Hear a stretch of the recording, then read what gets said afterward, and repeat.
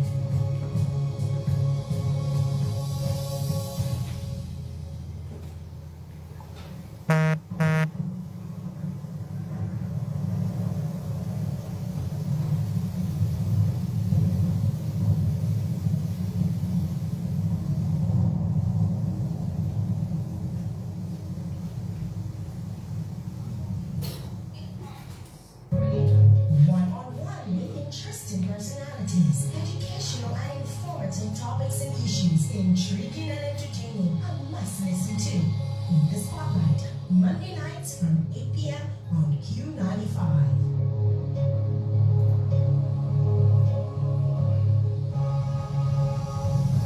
In the Spotlight on Q95 FM radio every Monday night from 8 p.m. In the Spotlight, featuring people from all walks of Dominican life, spotlighting their triumphs and tragedies, dreams, hopes, aspirations, untold stories, touching the human and personal side of people in politics, religion, sports, business, music, culture, the media, and more. Getting to know our farmers, our public servants, youth, and the ordinary Dominican. Listen to their stories. No limitations, no restrictions, no holds barred. In the Spotlight, we also spotlight interesting topics, issues, and relevant situations. Don't miss In the Spotlight on Q95 FM radio every Monday night from 8 p.m. In the Spotlight.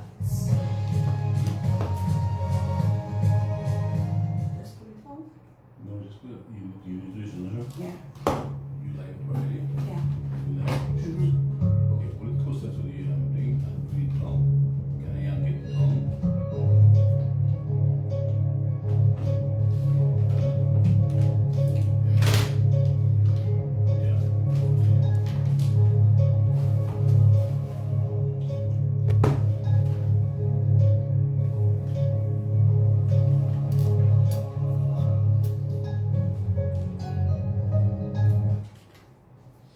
10 minutes moving down past the 8 o'clock hour. Good evening, everyone, and welcome to the In the Spotlight radio show. It is Monday, the 4th day of April in the year 2022. Wherever you are tuned in to the program this evening, it is our pleasure to have you. If you're locked in via the airwaves of Q95 FM radio, welcome.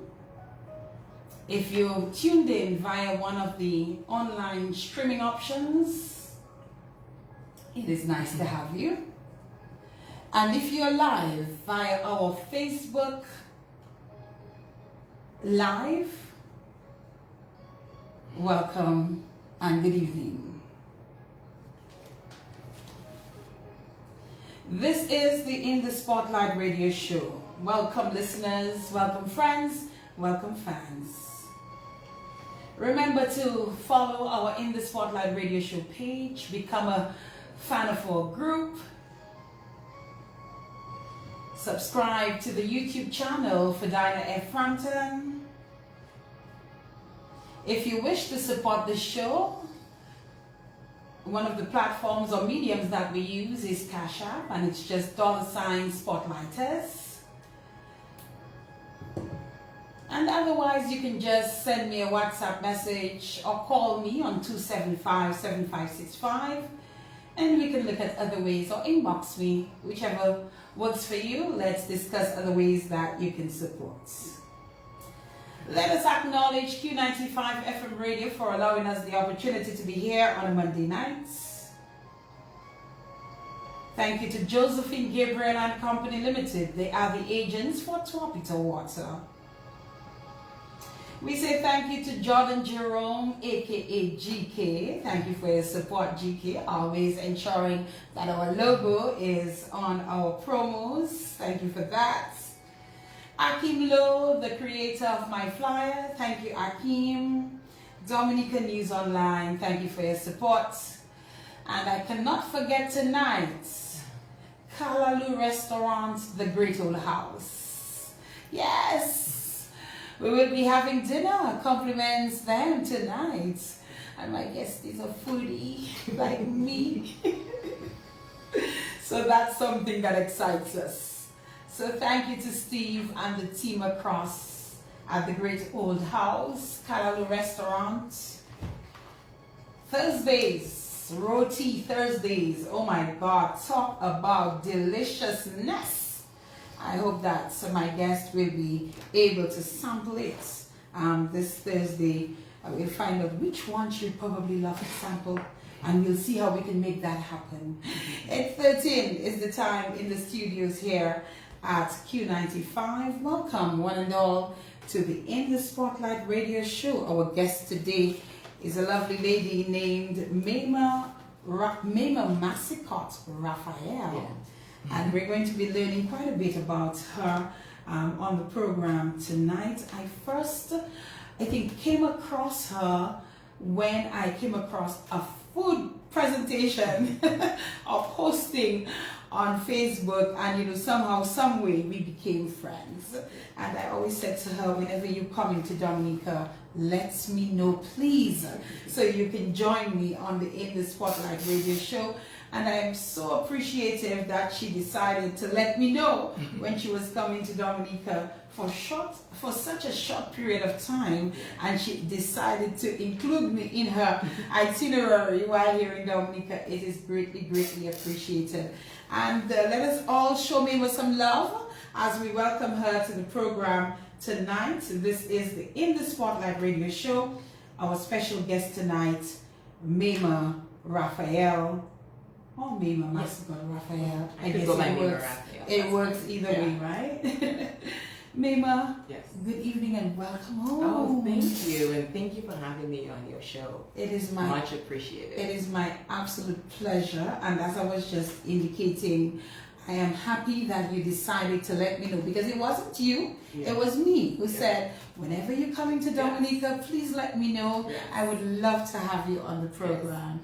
And I really do appreciate that. A couple of weeks ago, you messaged and you said, I am going to be in Dominica. Yes. And it worked out that I would be here on a Monday. So. Yes, So thank you so much, Mayma. Let me allow you the opportunity to say good evening to everyone. Oh, yes.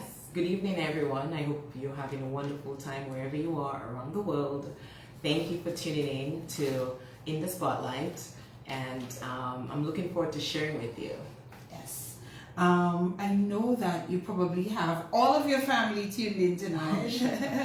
I didn't realize that they were not with you, so you are here alone. Yes, I am. Alone. I am. So just let them know how you feel being away from them for a little while. Of course, I miss my family. I always do when I travel solo. But they know I'm here. I'm getting grandpa, and then we're going back to taking him to Miami, and then he's going to go on to Toronto, and I'm going to go on to San Francisco. Your daddy? Yes. Oh. He has been here for 2 years. We saw him last in 2020, January, and he was here through the pandemic all by himself. So it was just nice reconnecting and coming down and, you know, just bringing him home with me and then sending him to Toronto to be with my sisters. Yes. Oh. I'm very proud of you. Every time was doing up at the time, so you pretend studying you. And I hope you will, and this is all this people.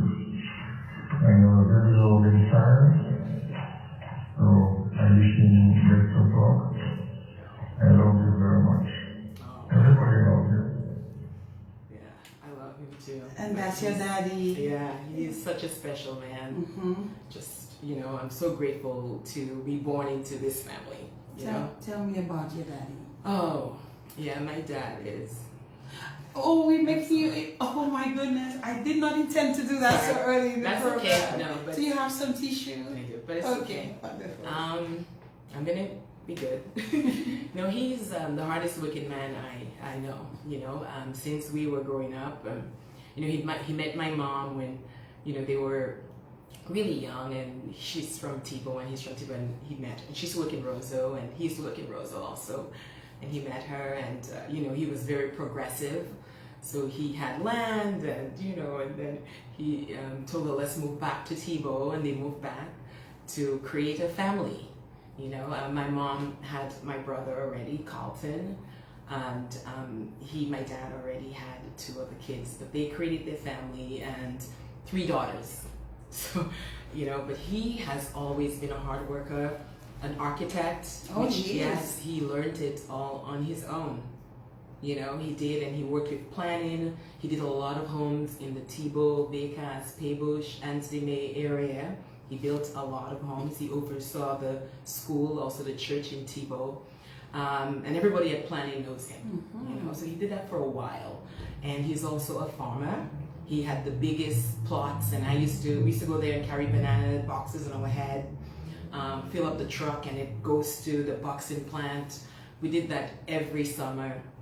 You know, he had us working, and he was also, you know, a huckster. You know, so we grew up on the land where he would take boxes of, you know, food and also planting and tiny, go all around the country, especially in the north, and collect all those foods. And he would go to St. Martin and Antigua, and he had a contract with the government of Antigua where he would deliver the goods. And he was on a boat one time doing huckstering, and the boat sank. Yeah. No way. But he's a very strong swimmer. He swam? He swam, yeah. So he did a lot of sacrifices for his family. You know, we had, you know, he's a man very enterprising. So we also had a movie theater, we had store, and then I used to go around the country with him on, you know, the guy who kept me rail. His dad was my dad's cousin and good friend, and he used to drive all through with my dad honking horn. We're selling clothes. So every time I hear those Kassab songs, it brings back memories of me on the road selling clothes with my dad, you know, and just making ends meet, because also we were all in Roseau going to school. I was away going to school, and my sister was in PSS, or just one. But, you know, we had to do this. You know, he had a bar too, so Oh my God! Yeah. Your father was an all-rounder. He was, and my mom was right there next to him. But you know, we built the businesses together, and we were working, doing the bars at, you know, 13, 14, selling. I was the entertainer. I was, you know, the music person. My sister Maba was very responsible. She was tending to the bar, and my sister Maureen did the baked and chicken. So it was, and then sauce. Mava sold a lot of sauce. I sold a lot of ice pops. You sold a lot. You were the ice pop person. I was an ice pop person. You were So the ice yeah, pop because my person. mom, she made sure that, you know, she did a lot of this type of work also. She did the cooking, and we sold everything. We cooked it, we sold it. What was your mom's name? My mom, Magdalene. And people call her Mado. Madu. They called her Madeleine. She was a beautiful, fantastic, phenomenal woman. You know, just the sweetest person, bubbling personality. Yet, you know, you respected her when you walk into the room. She commanded respect. And she didn't have to say much, but she had that presence about her. And she was a very good creator. You know, she would make a platter look absolutely fantastic. And she was a Puerto Freedomite, just like my dad. So back in Miss Eugenia Child's days, they would come, when they come to Tebow, they would eat at our home. Oh. Yes, because my mom always made sure that, you know, she had a nice setup and cooked a lot of food. She was a social league member. Okay. Yeah, so she used to do all the flower gardens, used to get prizes for beautiful garden. My mom also, you know, baked a lot. And she did a lot of stuff. I mean, she was the queen of that. And my dad was also helping us, you know, go through the student companion with me and make me recite all those proverbs and all those, you know, and teach me, let me listen to DBS radio to retell the news and facts, like Chad is the poorest country in the world, and like just all these random facts. Yes, but, you know, they were great. And we didn't have a lot, but we made it seem like, you know, we did, because they were just so enterprising. You know, everything was an opportunity for the kids. So that's why, you know, we kind of grew up the way we did. And yeah, I'm grateful for that foundation. Tell me about your siblings. Oh, my siblings. They're my heart. Yeah, I am blessed that I'm the baby in the family. They let me know that all the time. Are you the last? I'm the last. You're the last. So yeah. So they're like my parents. I mean, every decision, everything, you know, I consult with them. I talk to them about stuff. We talk on the phone every day. It's ridiculous. I love them so much. They are so supportive, everything I do. I mean, they're in Canada. My brother is in Miami, but we are so close. I mean, my sisters, we 2 years apart. You know, my sister Marva. I got my sisters into a lot of trouble. You did? I don't know how I got away with that, but I guess there was a structure around me, you know, and I felt confident enough to make decisions on my own and for them. And they were older, especially Marva. You know, I would let her do things that my mom said don't do, and I would be like, no, Mom, just go ahead. And then she would get in trouble. Yes, always. You know, but that's the kind of love. I mean, we are so close. When I was leaving Canada, when my husband, he says he plucked me out of my mother's nest, and I was leaving, they were running behind the vehicle, waving and crying. Oh my goodness. Let's hear it. Yeah, I moved to New York, so yeah. But yeah, I love them. Mayma's sister, thank you so much for having her on your show this evening. Let me start by saying Mayma is a phenomenal woman, amazing sister, mother, wife, confidant, stylist, cook, psychologist, lawyer / advocate, and so much more. Growing up, Mayma and I were like two peas in a pod. We did many fun things together, including very adventurous ones, which got us in trouble with Mom. She has always been the fearless one, and I would usually follow. Mayma has always exhibited many great qualities and traits which defines the woman she's become today. She is very intelligent, compassionate, loving, funny, articulate, artistic, extremely sensitive, and most of all, very generous, not only with bearing gifts, but with time spent with family and friends. She's always put family first. I love my sis to pieces, and I know the feeling is mutual. Though we are many miles apart from each other, however, we still find the time to communicate on a daily basis. Mayma and I share many moments of love, joy, laughter, and sometimes we even cry together when we have to. Having her as a sister is a blessing. So I'm happy that you and your audience will get to know a little bit about her. I say a little because it would take more than 2 hours to hear about her life story. So sit back and enjoy. Mates, I love you, and I want you to enjoy your time on the show and also your stay in Dominica. Stay safe. Thank you. Thanks, Mom. Oh, So this is Mom. She's the one right before me, the sister, and she also has kids too. So we talk a lot on the phone, and just very sweet. I mean, I'm so grateful that she's my sister. Even when I post my food, and before I do, I consult with Marva. I say, hey, do you like this? Because she is so really authentically Dominican. I mean, I'm Dominican too, but she is so, I mean, she knows all the herbs, all the spices.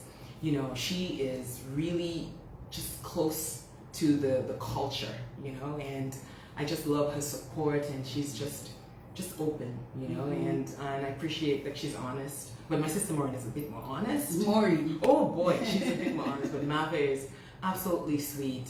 Just, she wouldn't hurt a fly. She's just really kind and just loving. Okay, so probably we can probably just hear from Maureen as well. Listen, I need to give you a story about those voices, my girl. Oh boy. Hi, names. It's Momo, your big sister. I just want you to know how proud we are of you and continue to make a difference in the lives of those you touch. Hi, Fadina. Thank you for having Mayma in the spotlight. Mayma is our youngest sister, but she loves to take the lead. Anything she's in charge of, she gives it 110%. Mayma is very detailed. Apart from all the yummy food she prepares, Mayma's comfort food is dumbo pois and gel cochon. And she got her family to enjoy this food, even the picky eaters. Mayma is very caring, generous, kind-hearted, compassionate, empathetic. She grew up treating the people in our village with respect, especially the seniors, because of the way we were brought up. I remember Mayma used to help a blind lady who had no kids. She would go to her home after school to do little chores, even emptying her human waste, and kids used to make fun of her. Oh. So she would go home to my mom crying. Oh, by the way, she loves to cry. Mom always told her to continue helping and ignore the kids, which she did. Mayma loves to do special things for her family and friends and does not expect anything in return. She loves to surprise us with tangible gifts and experiences. Mayma planned our milestone birthdays, and that was the biggest surprise ever. God has blessed us with an amazing sister. I wish everyone listening would have a sister like Mayma in their lives. Love you, sis. Oh, thank you. How does it feel to hear your sisters, you know, especially this one, you know, speak about you? And you said she's the frank one. Yes. So I guess she's the honest one. She So is everything she says. Oh my gosh, she's the Bible, like Maureen. Like she is like, I mean, she tells you as it is. Sometimes it's, you know, it could be a little bit hurtful, but she's very honest. She's frank, and you know she wouldn't sugarcoat things. So yeah, she's amazing. She's the oldest sister. And I'm so grateful that she brought back all those memories about, you know, my childhood and stuff. But, you know, I guess those resonated with them because I did it just, you know, just because. It's me. I feel better giving. That's me. I don't like receiving as much. I don't, you know, I feel better. This brings me joy, you know, to be able to give whatever it is, my time, my whatever, you know. A couple of things from Maureen. Tell me about this lady that you... Oh yes. So my mom believed in philanthropy. She believed that we have to give back to our community. That's how she raised us. So she would make sure that we had chores, and those chores included helping the old people in the village. So there was this lady called Shatu. They call her Shatu because she had elephantitis. She had so very her big legs feet. were Her legs big. were swollen, and Yeah. she was blind, and she lived alone. So she Weren't you afraid of her? No, because, you know, when you grow up respecting all the people, my mom told me, you know, when you do stuff for old people, they give you blessing. Yes. So we did stuff for the older people, especially Shatu. So I had to empty out her toilet, her poo, which is, you know, and then rinse out the bucket and put it back for her. I did it every day after school. Every day after school? Yeah. Religiously you went to... to empty out her pot, punch, like it was those The pails, yes. the enamel pails. Yes, yes. I did that, and it's okay. You know, my mom always said, "You'll get blessings." And you got the from above," blessings. you know. You And got those blessings. we would sweep the yards of some older people. Like there was this lady called Miss Rose, Auntie Rose. She is, you know, a lovely lady in the village. And I would go into Payard for her all the time. She's, I'm not sure if you know Popo, La Rock.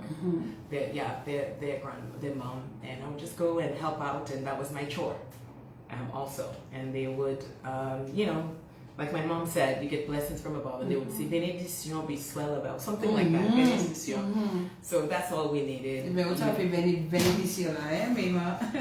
But it's good. And from that young age, I felt, and the village was one where it allowed us to be supportive of our community.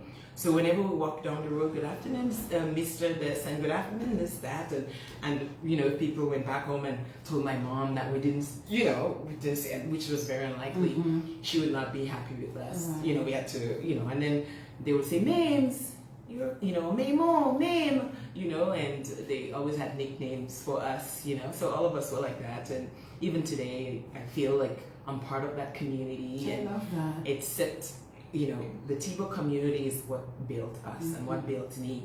And that's why I can never forget, where I came from. Tell me a bit more about your community, Tebow. Yes. Well, I felt like growing up in Tebow, it embraced me, We're in a community that was very vibrant when I was growing up, even very young in my childhood days. There were certain people that you connected with, older people, young people. I used to play with kids and go and get mangoes. I was one of those kids. My sisters would laugh at me because I had the biggest bag going to get mangoes. With my cousins, Genevieve, Mikey, Joan, whole crew, we go up to the hills to get mangoes. But I would come back with all the worm mangoes. I would get so excited. Oh my God! By the time I said that, everybody would already got that. Same like Kubawi. Same thing, We would go and get the stuff, and then I get excited, and so this was my childhood. I also played nuts on the road, marbles and nuts with my neighbors who were very competitive. Patrick and Bryson, and they were guys, and I was a girl, and we had competitions in the summer who would pick up the most cashews, and would roast like 300 cashews at the end of the summer. Yeah, and one time my sister and I, we kind of raided their cashew. They don't know that, but no, they know. We raided their cashew stash, and we roasted it. But it was nice. We also went to do track. So we do track around the village, and we also did a lot of stuff. And you had key people in the village, right, who, like I said, who were looking out for us, and who were always there, even on the field. Every Sundays we used to have soccer games, and we'd go down, and even though my sisters were embarrassed, we had to be selling sauce, but it's okay, we had to sell sauce. So at the time we had to sell sauce, and we also had to sell ice pop. So, we go there, we enjoyed it, we sold the sauce, we sold the ice pop, we cheered the team on, especially the football players like Harry. And you didn't mind at all? No, I didn't mind, and I, because I knew that it was something we did to earn a living, and we used that money. I went to school in Roseau. You had to pay monthly fees to be there, and my sister Maureen also went to convent, and my brother went to SMA, and we all had to chip in. So that was the way we. It was fun, and we had a movie theater. So at the end of this all, people came back to our home to watch movies, where we charged a fee, and so you all had a home movie theater? We did. Well, the same place that we had the movie theater was also the store and the bar, so it flipped. So from a movie theater, when everybody got TVs, we flipped it to a store. Okay. Yeah. Okay. So and so then what did you use? What did you use to play the movies? Oh, we had a big screen. We had a big screen. Yeah, and then my cousin, I know my brother used to get movies, and my cousin Emil, there was a little place in next to them at the corner of Cork Street, and there was a video rental place, so he would send them Bruce Lee movies and all kind of movies to us. And that was like a big screen TV. And just playing the movies on there, and folks were VCR. It was exciting, at that time. A lot of movies came out that we watched, and some of them were rated, so they were rated movies for older people. And so my village really shaped me into who I am, and especially the school. Yeah. In terms of community spirit and people collaborating and all of that. Yes. What you grew up experiencing, tell us about that. But tell us how you see it, if it's still the same today or has much changed. Yes. So what we did a lot was we did a lot of projects. So we did projects. Whenever we did projects, the cooks in the village, you know, like Angelina Nelson and Miss Catherine and my mom, Miss Mary, Miss Joni, you know, everybody would come together and cook.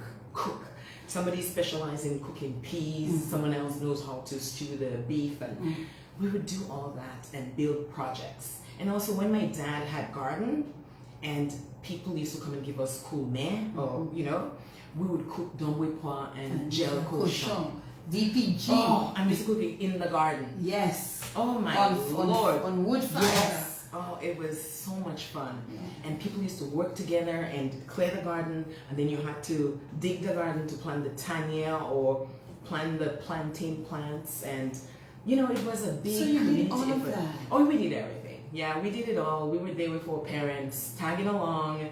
We did it all, you know. It was fun and exciting, and I wish they had those experiences today. Even in the school, when we used to go and clean out, we used to scrub the benches when school, like the year is done. We cleaned the school, we scrubbed the benches, we put things out to dry. It was a lot of fun. And there's a bazaar on like August Monday. Those were fun. They used to bark the entire park with coconut trees, you know, the leaves. And we used to match the leaves and make people pay an entrance fee to come in and have those bands play like RSB, Midnight Groovers, and at the school and dance, and people from Vegas coming in and Paybush and Ansley Mayor saw the bands. It was nice. Oh, those were the days. I'm taking you way back. So Yes, you are. I haven't thought about those things for a while, but this was absolutely amazing. You Is know? that community spirit still very present in Tebow? I don't think it is, you know, because we had a crew of people that made it. And sometimes it's not just the community, but the people that make the community. So, you know, we had quite a few young people when I was growing up. A lot of people were there. My cousins, you know, I have cousins on my dad's side, like my cousins Pearl and Carol and all of them, and my cousins on my mom's side. And we used to make it more fun. I mean, I would organize the talent show, you know, and lead the dance and do the lip syncing and do the Creole dances, you know. And for the kids, we had a strong youth group. So I don't know if they have that today, but I wish they do. But you know, during Christmas time, I see people still do caroling, which is nice, which we appreciated when we were growing up. A lot of caroling and a lot of bon temps. Good time. Especially during Christmas. Christmas was lively, very, very lively. Cows being killed and people making boudin and fashing and like you did in your little video. Yes. You just landed, Mayma, and you're already making the kitchen, you know, cooking up some good stuff. I know my dad, he bought so much. I cooked pork yesterday, I cooked fashing, I cooked some dashing, before we went, you know, at 10 o'clock we went out. I had all that done. All of that done. Yeah. Child's play for you. Yeah, no, I enjoy that. All right, Mayma, we're going to just take a quick break, and we are going to come back. We will talk about your school days in growing up in Tebow, and at some point you would have left Dominica and went overseas. So we're coming back to talk about that. You can take a sip of your Tropita water. Absolutely. While we do that, just a quick short break, and we come in right back. This is the In the Spotlight radio show. Tonight we have in the studios a mother, a wife, foodie, food artist, avid traveler, tech worker, blogger, author, entrepreneur, and so much more. Her name is Mayma-Raphael, Mayma Massicot-Raphael, and we're coming right back to chat with her right after this. Spotlight on Q95 FM radio every Monday night from 8 p.m. In the Spotlight, featuring people from all walks of Dominican life, spotlighting their triumphs and tragedies, dreams, hopes, aspirations, untold stories, touching the human and personal side of our people in politics, religion, sports, business, music, culture, the media, and more. Getting to know our farmers, our public servants, youth, and the ordinary Dominican. Listen to their stories. No limitations, no restrictions, no holds barred. In the Spotlight will also spotlight interesting topics, issues, and relevant situations. Don't miss In the Spotlight on Q95 FM radio. Every Monday nights from 8 p.m. in the Spotlights.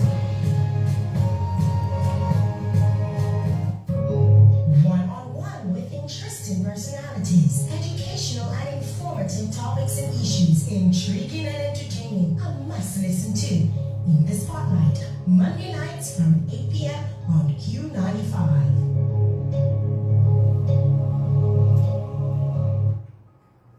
8:41 is the time in the studios here at Q95. We're also live on Facebook, and the voice you just heard there is the voice of J.L. Joseph. And J.L. Joseph is a very, very good friend of Mayma, and I just wanted for a moment there to say a huge thank you to J.L.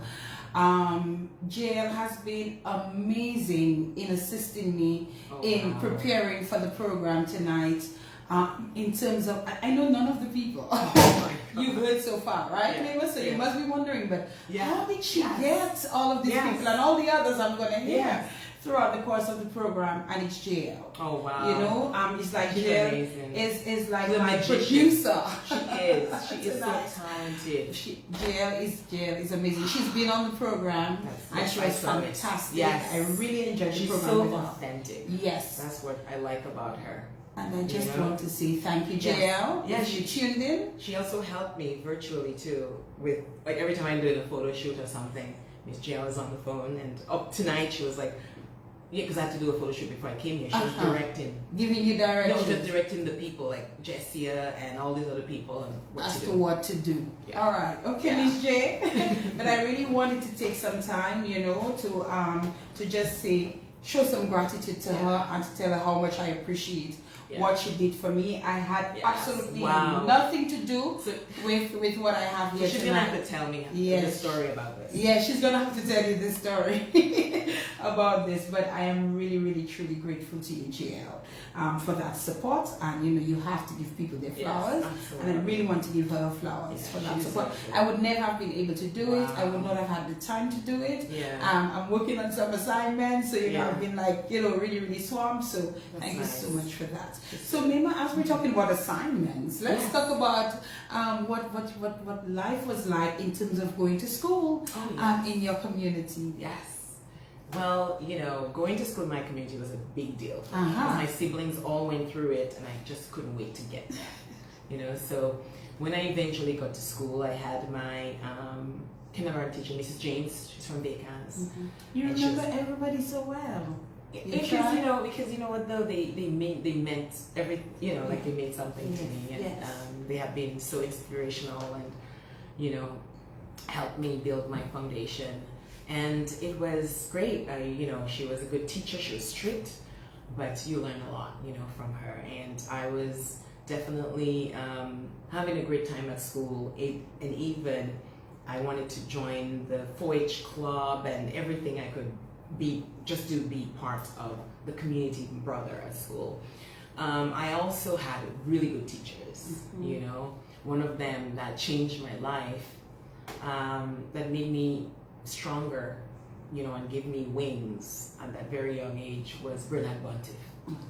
Yeah, he believed in me so much, you know. It was like, names, you know, you can do this, you know. And I just took on the armor. Yeah, he just gave me all this stuff, this ammunition to go out there at a very young age. He even had me do a spelling competition with the 6th graders who were older than me at some point in my life, in 5th grade with him. And he even put me in his wedding to be a follow girl, you know. So I had a very good experience with Mr. Bontif. I also joined his 4-H club, and I was very young. They wouldn't let me in, and I would go to all the meetings. I was part of the group, and I couldn't understand like why I couldn't join 4-H club. So that I just, when they allowed me to join, I just ran to my mom and said, "Mom, I joined," and she's like, "Join Kisa," you know. And I told her, Kisa, yes, and I told her that I joined the 4-H club, and I was now an official member.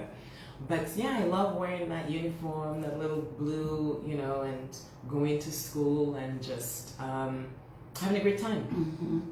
Great experience. Great teachers, Yeah.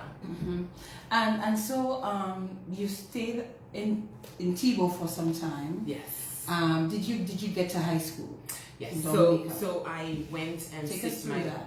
my common entrance exam when I was in 7th grade. So I passed on the first attempt because you know, in order for you to go to high school, you have to pass common entrance, and there was a lot of pressure. They call it national assessment, I think now. Yeah, I Yes. guess so. So there was a lot of pressure because Oh yes, if you common don't, entrance was a lot of pressure. yeah, if you don't make it, well, too bad. Your whole future is That's just, it. That's it. You're not smart. You're Yes. dumb. You're not. yeah, you know. you're gone. Yeah. You know, that's it for you. And I know a lot of bright kids that didn't pass the common entrance exam, but unfortunately, they were not allowed to move on up to high school. You know, so I went to high school and I chose to go out of my village. I had to go to PSS because that was the closest. But then I really wanted to go to Roseau. You know, even though I was very young, I told my parents, please let me go. And they sure did. They let me go to Roseau. My sister was at convent, and I went to Wesley High School. And when I had to stay at someone's home. So I'm not sure if you remember Pastor James, I think. Not too sure. Pastor, yeah, he was a minister of the Pentecostal church, and I hope it's James. And I went and I stayed with his. He'll forgive you if he's a pastor. but I went and stayed with his mother-in-law, Auntie Bell, Pastor Bell. Pastor Bell. Pastor Bell. So I went and stayed with Pastor Bell's wife's mother, with my sister Maureen, because that's where She was already there. She was already there. She was a convent, and I was so excited to be with my big sister. But of course, troubled Mayma, you know, like somehow I perhaps wasn't doing my chores because I'm the last, you know, and I brought that same attitude to Roseau, and I don't know, it didn't work out. So they had to send me. Oh, it was terrible. I was so embarrassed, you know. Mayma said it didn't work out. It didn't work out because I know what's funny. There were other people in the house. I mean, Magdalene, Joni, she's a teacher, she's a principal. Bonte, she was Bonte before now. You know, she's married to Nick. She was there too, and they were all perfect, you know, and they were doing this stuff, and somehow Mayma just Didn't understand the assignment. Exactly. So I had to go live with my dad's Uncle Norbert Francois in Franklin Lane, up in Upper Goodwill. So I went to Upper Goodwill. I went there to live, and it was a different experience. My uncle was a Jehovah's Witness, so we had to be. It was very strict. Although I didn't go to church, I perhaps went a few times with him, but I wasn't a practicing. You know, I was a Catholic. You know. So I definitely went there, and also I wasn't. Towards the end of it, I realized I stayed out too late with my friend Sheila Olive and someone else, and I'm sure it was innocent. I just stayed out, and they were not too happy. But I still continued to stay there until I graduated, and I used to go on weekends with Mr. Norbert Francois, his daughter, Mona. She was married to Daniel, showing for Mona and Daniel. I would go to Castle Comfort to hang out with them there on weekends, you know, to mix it up a little, and then go back to Goodwill and walk down the hill, of course, to go to school every single day. And yeah, but it was really nice. I moved to Roseau and went to Wesley High School in the lowest school.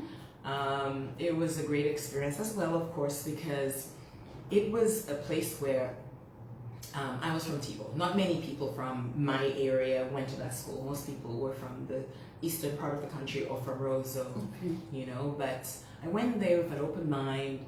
I was a little younger, and I wanted them to accept me and fit in. I wasn't really athletic, so you had people like Elizabeth Joseph, and those people were on the netball team, you know, and I wasn't that type. So I did more government stuff, like when we had mock trial or mock parliaments, I went and became the opposition leader. All right. Yes, and you know, Hakim Dog was from Portsmouth, and Arlene Charles from Convent, and we all went and we argued, and that was fun. You enjoyed that? I enjoyed it, and then became the head girl of Wesley High School. Oh, you were? I was a head girl. All right, girl. Yeah, so it was great. I was voted in by my peers, and at that time, I felt like I was fully, you know, embraced by the community, and I felt I had developed such strong friendships, you know, in that space. And it's just women, you know, and we're working together and supporting each other. And that's why I believe in all girls girls' high school for kids, especially at that young age. At that time, Mayma, did you have any thoughts as to what Mayma wanted to do with her life, with her future, with her career? Yes. Well, at a very young age, my dad, who always, he's everything. He knows it all. He definitely... Probably he did. Yes, he did. He thought I would become a great lawyer, and I thought I'd become a great lawyer too. So, I always wanted to do that. But then, I always have to remind myself I'm very emotional, and I'm sensitive, and I'm not sure how well I would do in that type of environment. But I don't want my defense lawyer breaking down. Exactly. You don't want that at all. No. Because of course, or have a case where someone got murdered and I can't deal with it, But I said, wherever life brings me, I graduated school and I didn't go to college. I think I got 4 1s and 3 2s or something, and I was not short. Bad, But I think I was short 1 or 2 to go to college. Really? I was short a 1 or 2, so I didn't get to go to college, and I said, I'm just going to go back to Tebow and work or try to get a government job. So then Mrs. Andre, my husband, my daughter Marcella Andre, is my very good friend when we were growing up. In Tebow school, of course. I tried to say, what can I do to become a teacher? And they said, put your application in, and I graduated at 16. And then, so then I went to Paybush School, and I became a teacher because I think it was Marilyn Rosalind Hall, I think, was one of them, had to go on leave, and they needed a teacher to take over. So I went in, I was very young, just really young, MO and, people like Kimandi and all those. Were your students? I had all those kids, like kids and young kids, and they're close to my age now. They were all like, you were young. I was, and I teach them a lot of cultural dances and stuff, and I did all that. I enjoyed Paybush a lot because I have family there. A lot of Francois and Pauls, and they come like the Paybush connection. So that made it really easier for me to kind of transition. And then my gig in Paybush ended. Oh, and then Rosalind or whoever it was came back. Yeah, so I had to go to Pennville. Okay. So I went to Pennville. Okay, so you were still working? I did. I worked. I was a teacher then. All those kids and I had to even spank a kid. Like, the audacity, and I think it might have been Clemo, the Palarap. He was in my class. And you might have spanked him. Yes, and I think he did say I spanked him. Oh my goodness. But it's not even something that I believed in, but I actually, was trying to be a very responsible teacher at the time. I used to do my, on the weekends, I would do my planning, for the whole week and to then teach the kids and stuff. And in the meantime, though, my brother was applying for us to go to Toronto, to go to Canada, because he was out there. Your brother, Carlton, was in Toronto. Yes, he was in Canada. Yes, and he was. Yeah, he was applying for us. So Carlton, my brother, used to be a Calypsonian in Dominica, Smokey, an SMA. Yeah, he won title for SMA stuff, and he was with Tronada and those guys. Okay. So yes, he moved to Canada, to Canada, and then.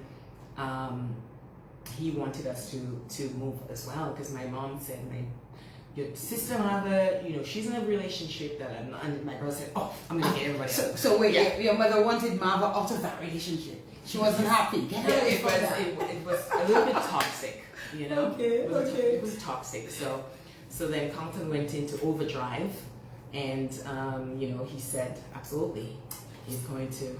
Help us understand what the process was like. Yes. Then to get you all to Canada. Yeah, absolutely. No, well, he was here in Dominica, and he used to work at licensing. He used to live by my aunt Angie Puder, right there on Cobb Street. So, he always had, aspirations to move to the U.S.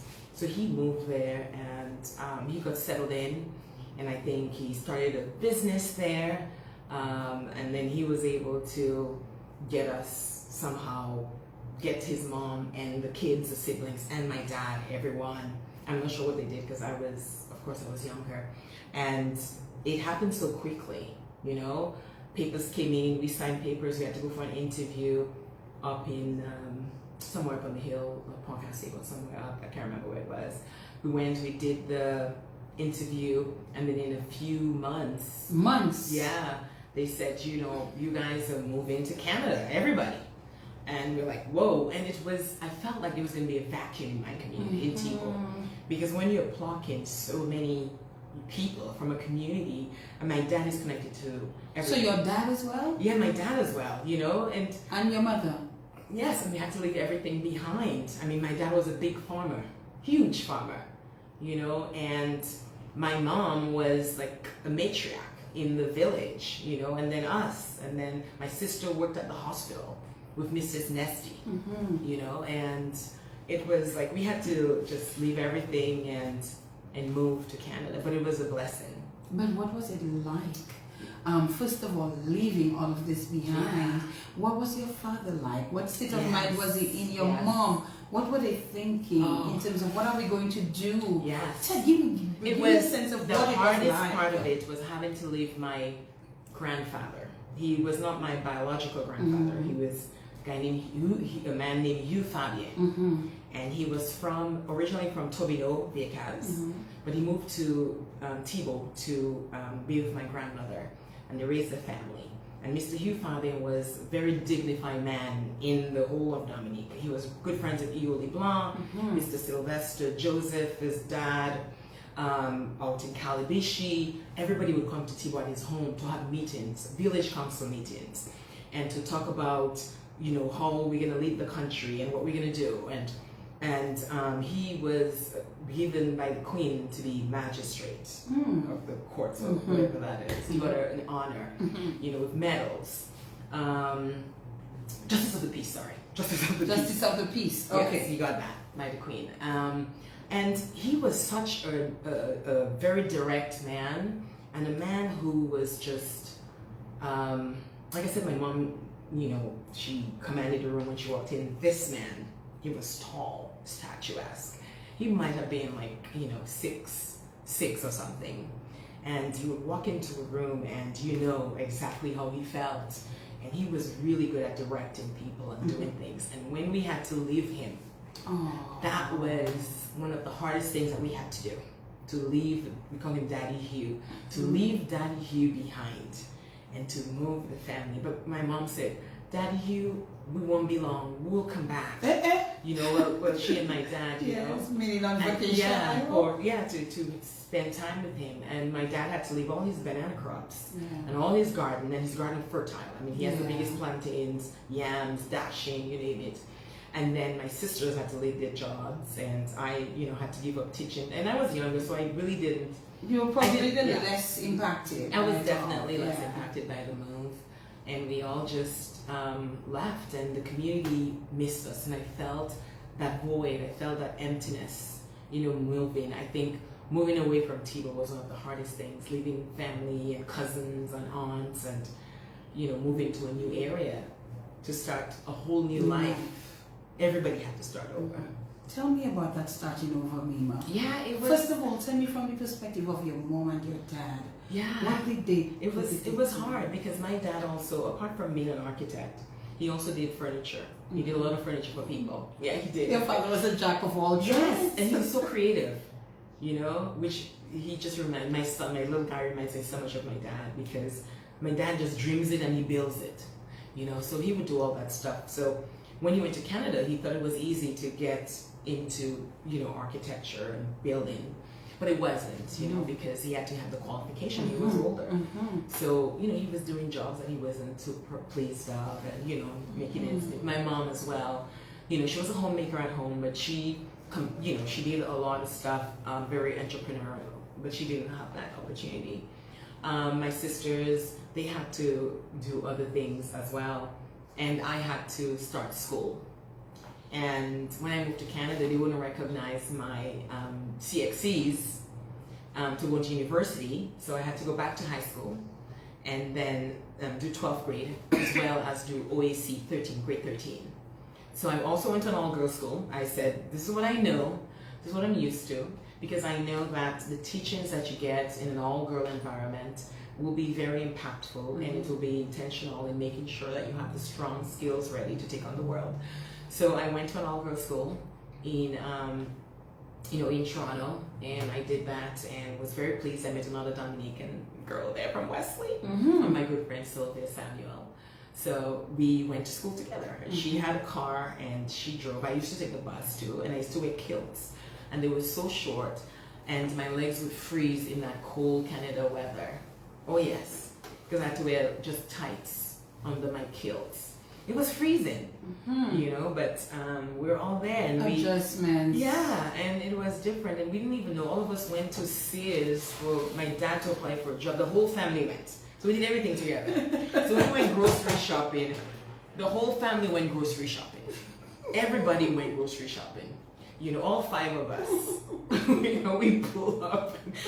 And at that time we didn't have a shopping cart. We didn't have a car, so you take a shopping cart home. So we did. It was terrible. Yeah, we did. We drove the shopping cart home, the whole family. That was because that's what you knew in Dominica. Clearly, you were a very tight-knit family. We were, and so you just had to. Yes, it's almost a situation where we don't want to leave this one home in case. Yes, it was all we all gonna see what it is. All gonna experience it. And then when I decided that I also had to pay a little tuition for school, which wasn't a lot.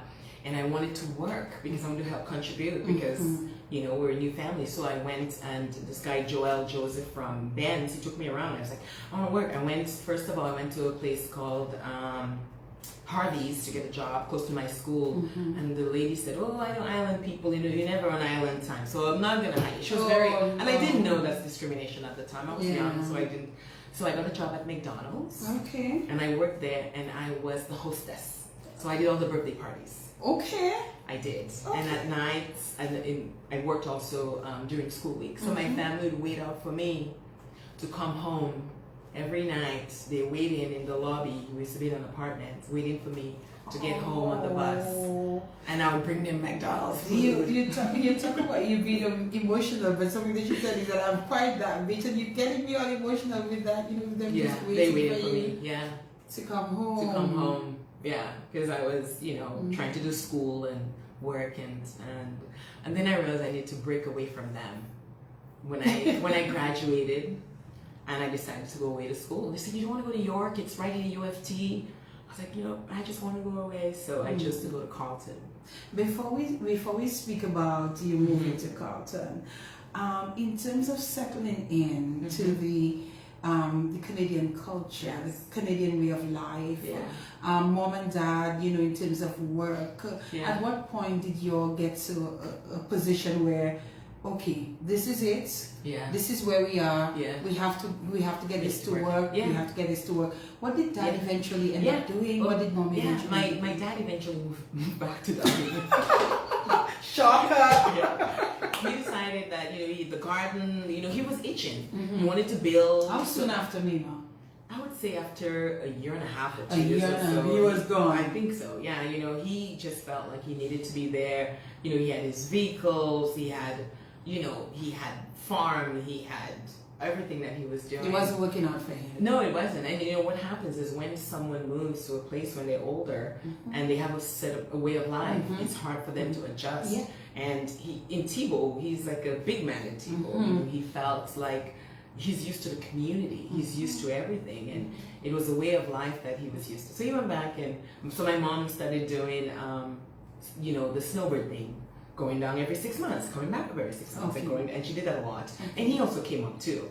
So he spent time up here, and then he went down, and then he, so they did that a lot, and we just kind of, at that time I was on my way to, I was in Ottawa, and my sisters were there, but it was different. I mean, I couldn't, when we came in, I wanted my sister Mava to do her eyebrows, and she wouldn't do it because, for whatever reason.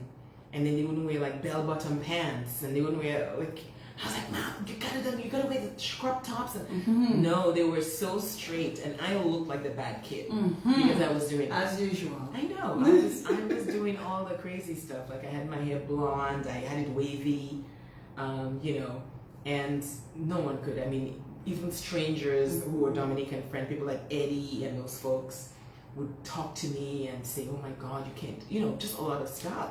Because my family, they were so strict, you know, with us that they were more the conservatives. Yes, they were very conservative. Where I was like the wild child, you know, and who would have I guessed? wouldn't say wild child. I think I was more fierce, and I was more of a risk taker, and I didn't really want to conform to a box. So I did everything different. Like I went away to school. I said I'm not going to stay in Toronto, and I did. You know, I just kind of felt like I was so sheltered by their love, which I love so much. You know, that I just wanted a little bit of distance. So that's what I did. You went off to study. Tell us about that. Yeah, that was fantastic. You know, I had a great time at Carleton University. I went there. I met someone at McDonald's who said he knows all about Carleton. He worked for the government. He said, I know all about Carleton. I'll take you there. He drove to Ottawa quite often. And he decided to take me to Ottawa to see the place. And he was one of my customers who came in regularly because I used to have to talk to the people. That's what I did at McDonald's. I just talked to people. So I went to Ottawa with him, and I rented a hotel, not a hotel or something. I rented a house or something with someone. And, you know, I got to love the place. And then my family came in, they moved all my stuff in, they rented a truck, and they moved everything, and they were crying. Together. Yes, they were crying, you know, but I didn't go on campus, which I regretted. Okay. So I lived off campus, again, because I was just trying to, you know, because it's expensive also doing that. So I lived off campus, and I lived with a Ghanaian woman from Ghana, and one night, one morning early at 5 in the morning, I heard people talking in the house, and they had flashlights in my eyes. And I was wondering what was, it was the Ottawa police. What did you do? I didn't do anything. She actually had multiple names and multiple, just receiving multiple, you know, she's doing something. But, you know, that wasn't she was shady. Yeah, so they came in, and I was shocked, and they arrested her, and I was like, I'm gone, you know. So. But they didn't arrest you? No, not at all. Okay. They knew who they were coming for. It was scary, it was traumatic. Of course. Very, very traumatic at 5 or so in the morning, waking up to that. So I just said, I gotta go on my own. So my boyfriend at the time, he was the quarterback, he was a running back for the football team, right. You know. So I said, you know, can I just crash with you? And I crashed with him for a little while, and then I decided I have to go on my own. I gotta get a house. So I got a house and rented out the rooms. Okay. So I did that, and I said, "Oh, I can." That basically covered your rent. I did, and I had I furnished the house. I bought all this furniture, young too, and put washer, dryer. I bought TV for everyone, you know, to watch, like in the common area. I bought couches and stuff. So, you know, and then I met a really good friend there in Ottawa. I'm Dominican. I always seek out my people. Yes, that's one thing I always do. When I go somewhere, I seek out my Dominican people. So yeah, and she was from Calavish. She's from Calavish, and yeah, so I did that, and I decided I needed to make money again. So I opened the beauty salon in my house. You opened a what? I did hair. I did my own hair. Could you do hair? I do my own hair, yeah. Okay. I used to do hair in Toronto. Okay. So that helped me. I used to do... And when you say do hair, what exactly did you do? I used to braid hair when I was in Toronto to help make ends meet. I braided hair for my auntie Irma and all these people, like Simone, her daughter, and a few other folks.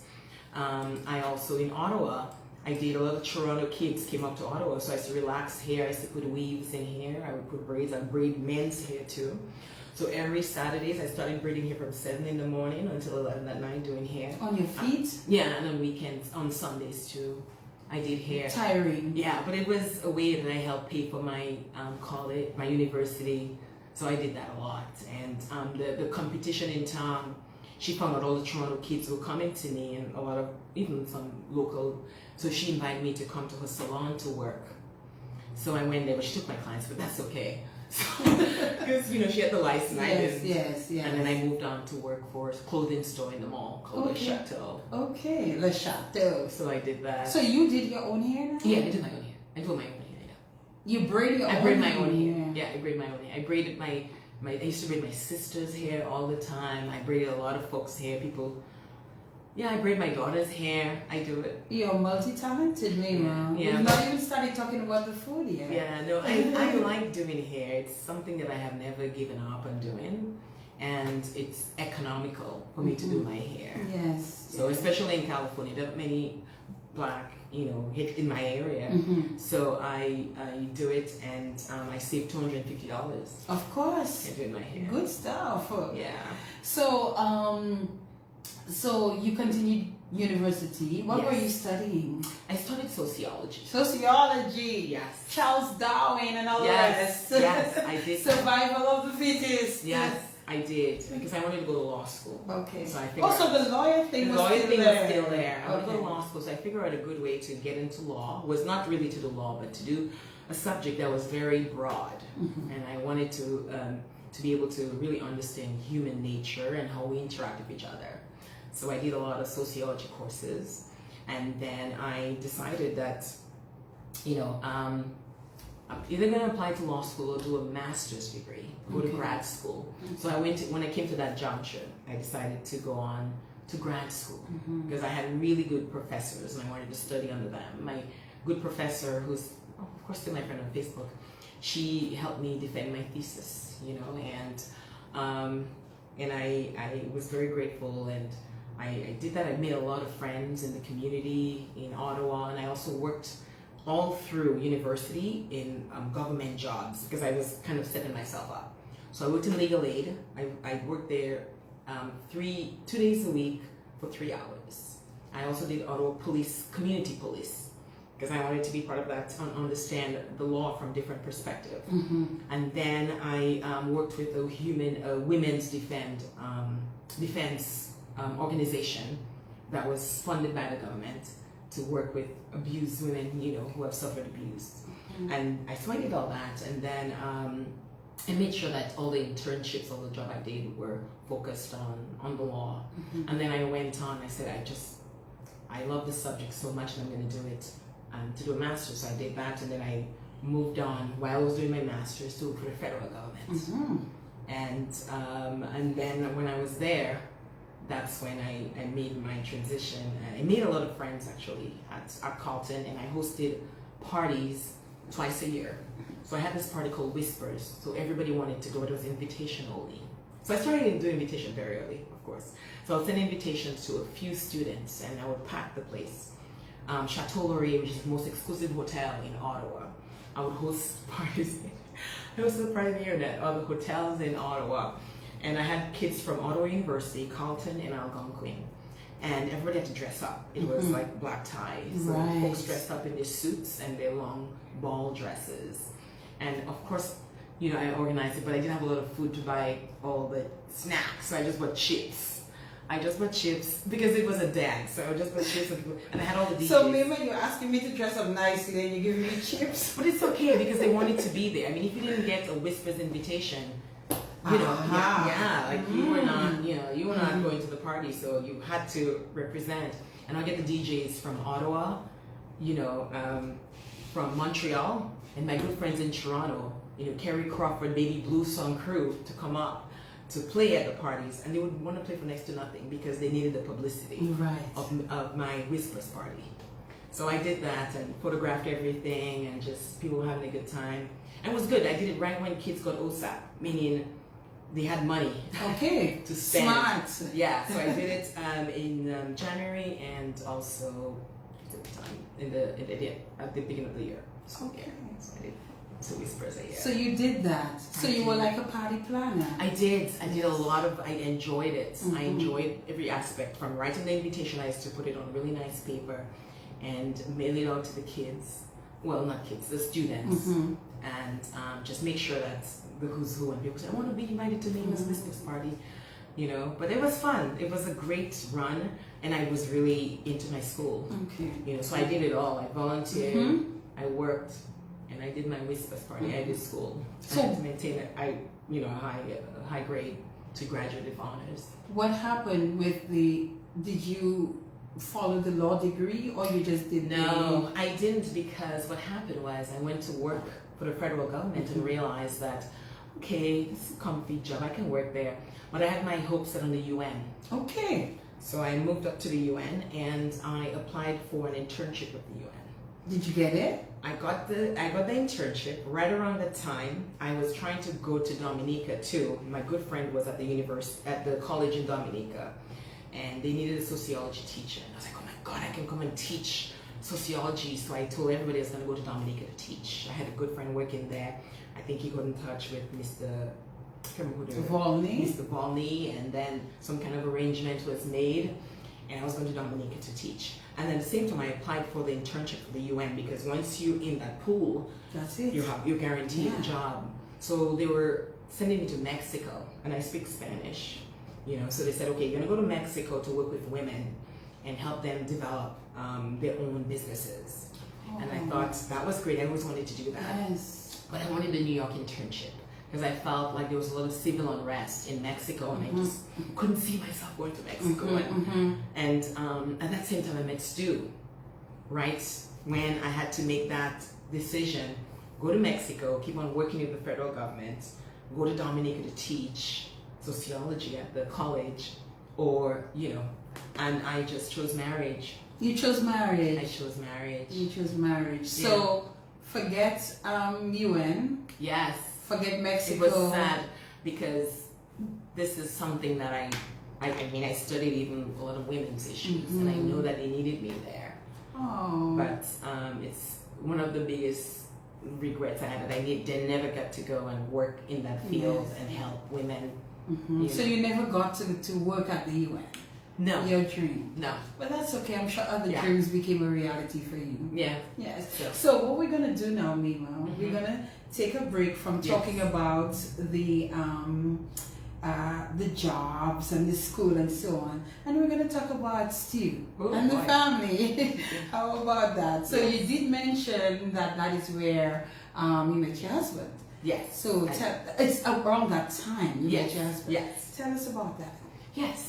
So right around the time, I think May 1st, 99, I had just bought a computer. It was a 486 computer, the big ones. I bought it used. So I went, Of course. I took a bus. I went to a place in Orleans, in Ottawa, and I took that big computer, put it on the bus, came home with it. I got my CD-ROM, my AOL, plugged it in, and I was doing research. I wanted to do a PhD also, right? That was in May. That was before everything else happened in the summer. So I said, oh my God, let me just do some research. So I'm there researching stuff and going through, and then I'm getting this ping. I was like, who is pinging me on this computer on AOL? And then, AOL. yes, and then this person sends a ping to me, and it's persistent. This person is a persistent person. 5 pings. 5 pings. Eventually, I responded, and I said hello. And then the person typed hello, and they said to me, you know, where are you looking? I said, I'm in Ottawa, Canada. And then they said, I'm in New York, you know, and I said, oh, okay. He said, I was going to say hello, because on AOL, we perhaps had, 50,000 people. Right. Also, it was a small community. Right. So what I had on there was my computer I was using, which is a 486 computer. My name is Vogue 747. I still have this name. Vogue 767. 747. 747. Yes, and then he asked, you know, are you a flight attendant with that name? I said, flight attendant? He said, no, because he also used to, he's familiar with flying planes, and he knows his plane, and he thought 747 is an aircraft type, you know? I said, no, it was just the first letters in my, you know, my phone number. And he said, okay. And we started talking, and he said, you're originally from Canada? I said, actually, no, I was born in Dominica. He said, oh yeah, I'm from Dominica. I was like, No way. I said, you are not from Dominica. He said, yeah, I was born in London, my father is from Dominica, my mother is from Jamaica. I said, no. I laughed it off. I said, Impossible. so he said, no. I said, Dominican Republic. He said, no, Dominica. I said, well, prove. I said, where is your dad? He said, he's in Dominica now. I said, where? He said, he's in Massac. Aha. When he said Massac, Sibuli, I got off the computer and I said, can you page or call me, of course, at that time. So I put my number in and he called, because I didn't want to call because it was like $5 an hour, a minute. So I wasn't going to call. So he called and he said, nice to meet you. My name is Stuart. And, my dad is from Dominica. I haven't been there, but I heard some great things about the island. And that was it. Oh, my. And I always found my Dominicans, and that was the moment where I felt that there was a level of trust, that I could talk to this person and hopefully build a relationship with him based on the fact that he having Dominican heritage kind of made it so much easier for us to develop something into whatever. I wasn't sure where this was going to lead. I don't know what the person looks like. Mm-hmm. You didn't know what I didn't know, and I didn't even know he was looking for love.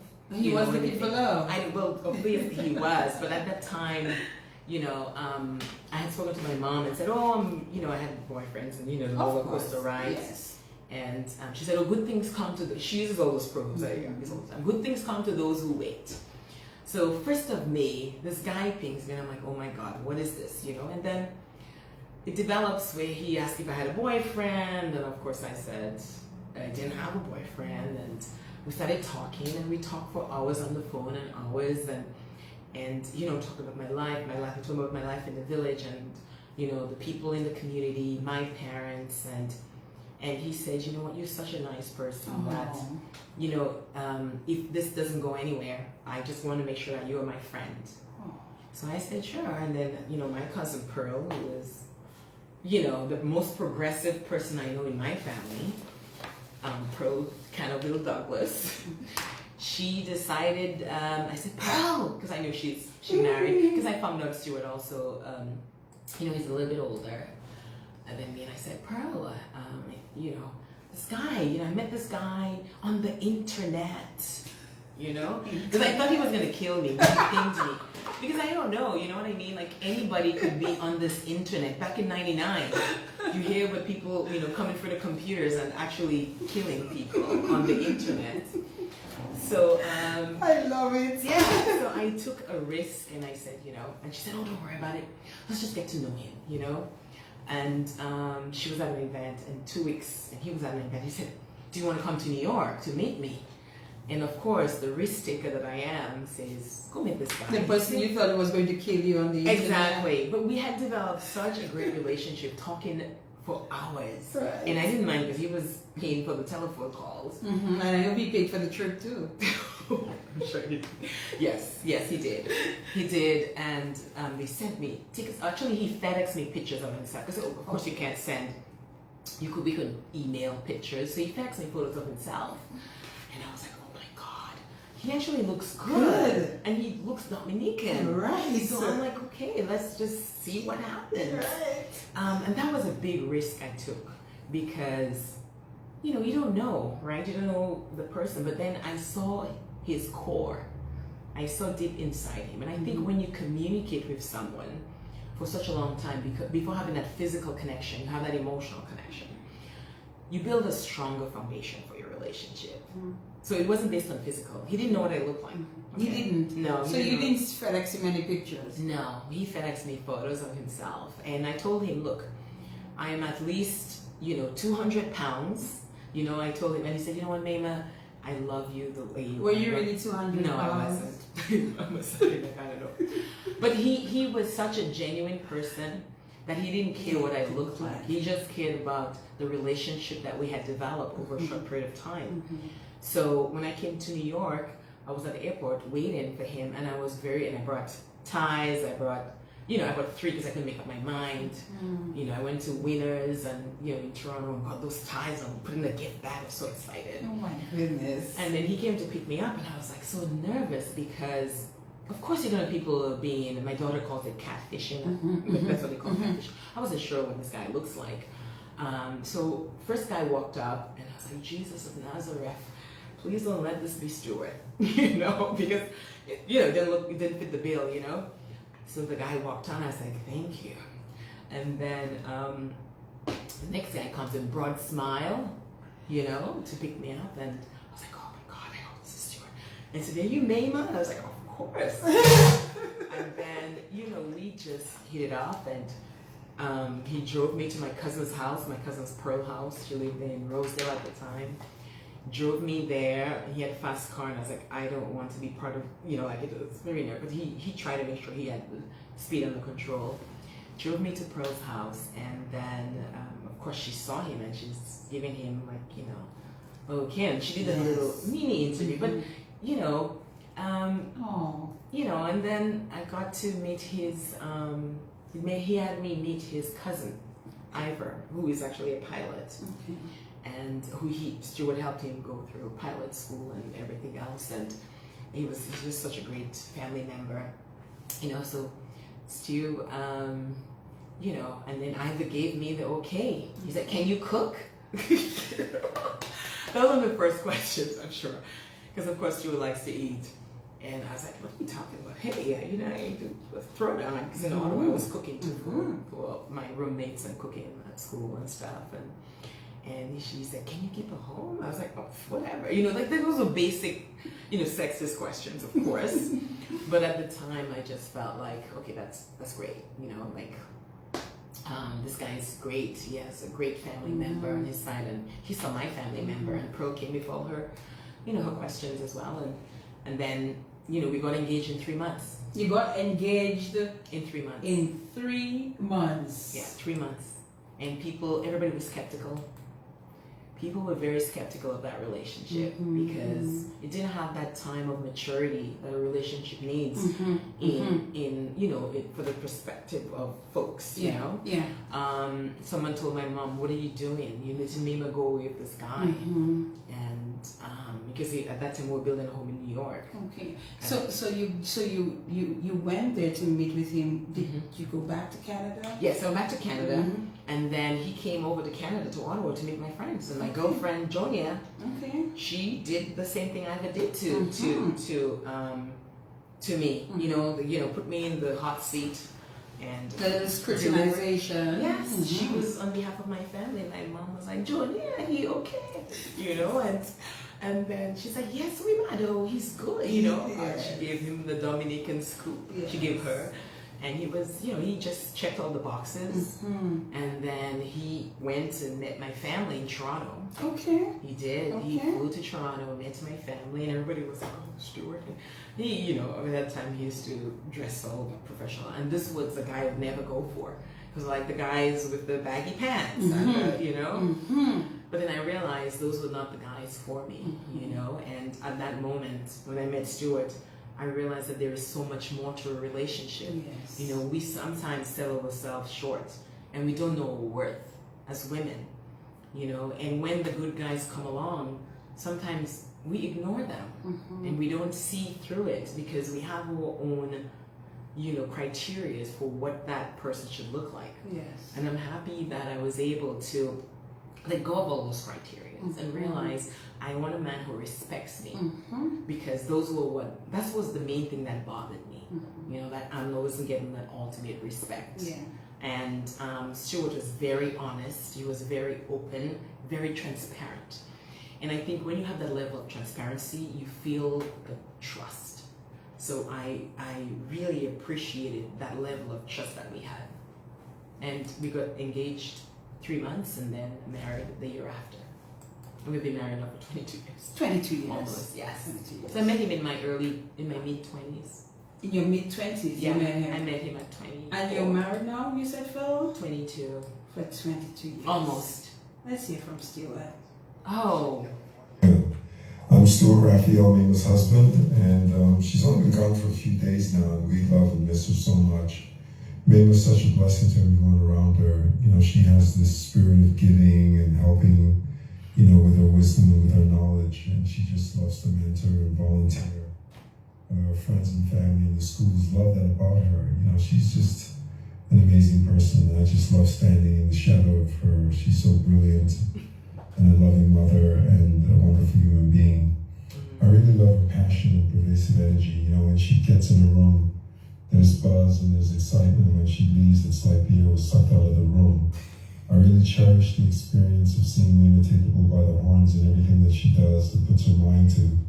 And she just makes things happen with speed, with wit, with innovation and style. I'm so excited about her food blogging and the food photography and what it means for the country that she loves, Dominica. Travel safe, sweetie, and see you soon. I'm Massicot-Raphael, and I'm 9 years old, and I love my mom. My mom is a really good person. She takes care of me and teaches me about things, and she lets me play on her phone, to play Wordle, and she comes with me on walks, and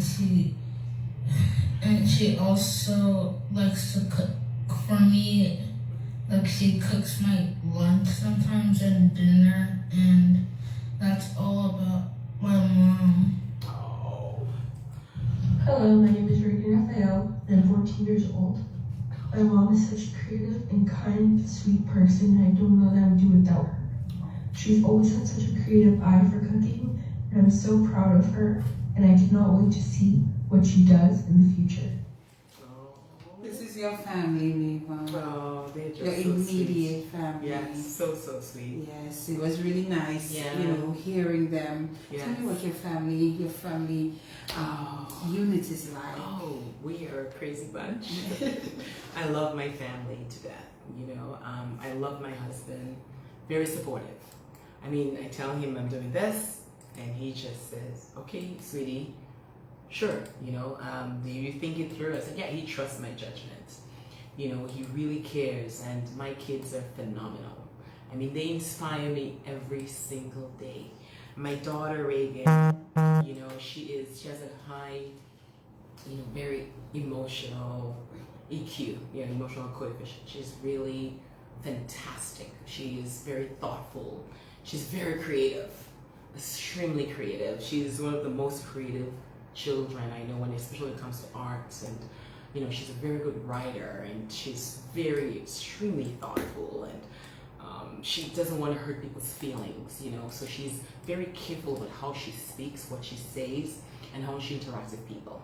You know, my son Ronan, he's the engineer in the family. He's always thinking about something to build, and especially when it comes to flying. He's building wings. He's always, you know, iterating on the different wings, checking velocity and speed, and you know, he's just trying. He's 9 years old, but he is just, I come home and the home's a wreck because Ronan's building, you know, and he does that all the time, and I just give him the freedom to do that. He's also an outdoor kid, so he does a lot of outdoor stuff. He loves just being outside, so I bike with him and walk with him. And my son Ralston, he's 16 years old, and he's really, yeah, he's amazing as well, you know. He is really into what he does. He's really into his football, into eating healthy. He eats really healthy. He keeps us in check to make sure that, you know, we buy, you know, organic and healthy foods, you know, and he does his own cooking most of the times. He does a lot of cooking. Yeah, he does the best barbecue, you know, ribs and the best barbecue chicken. Like, he is such a good cook. He does it in school. They had something for the Black Students Union or whatever. He brings his ribs, and you know, his ribs are gone in seconds. I'm kidding. Yeah, he's how old really, is he? He's 16. He's 16. Let's hear him. Let's hear him a bit. Boston, and whoever goes to the lead, however to how you want. He managed to juggle a job and caring for us as well as your cooking voice. And I really admire that about you. His voice is pretty deep. He has a very deep voice. He has really, I mean, he used to, you know, have this TikTok channel. Yeah? Everybody talked about his deep voice, you know. It's just a radio, very big presence. But he's really sweet, very kind also. I mean, all the kids are super kind. You know, I'm just blessed that I'm in their lives. Yeah, and my mother-in-law, she's part of the family. She lives with us. Okay. Yeah. So this is your family. Yes. This is your family. That's my little network. And this family began with a couple AOL pings. Yes. And look at them. And look at where you are today. Yes. With your family. Yes. Tell me a little bit more about your husband in terms of what he does. Yes. Stu is also in tech. I mean, we moved to the Bay Area, to Silicon Valley, because of his tech work, you know, and he's always worked for big companies like IBM and Cisco's of the world and doing all that stuff. And he's and double E in electrical engineering and PhD in telecommunication stuff. So, you know, he PhD ABD. So he is, you know, just passionate about technology. That's his thing.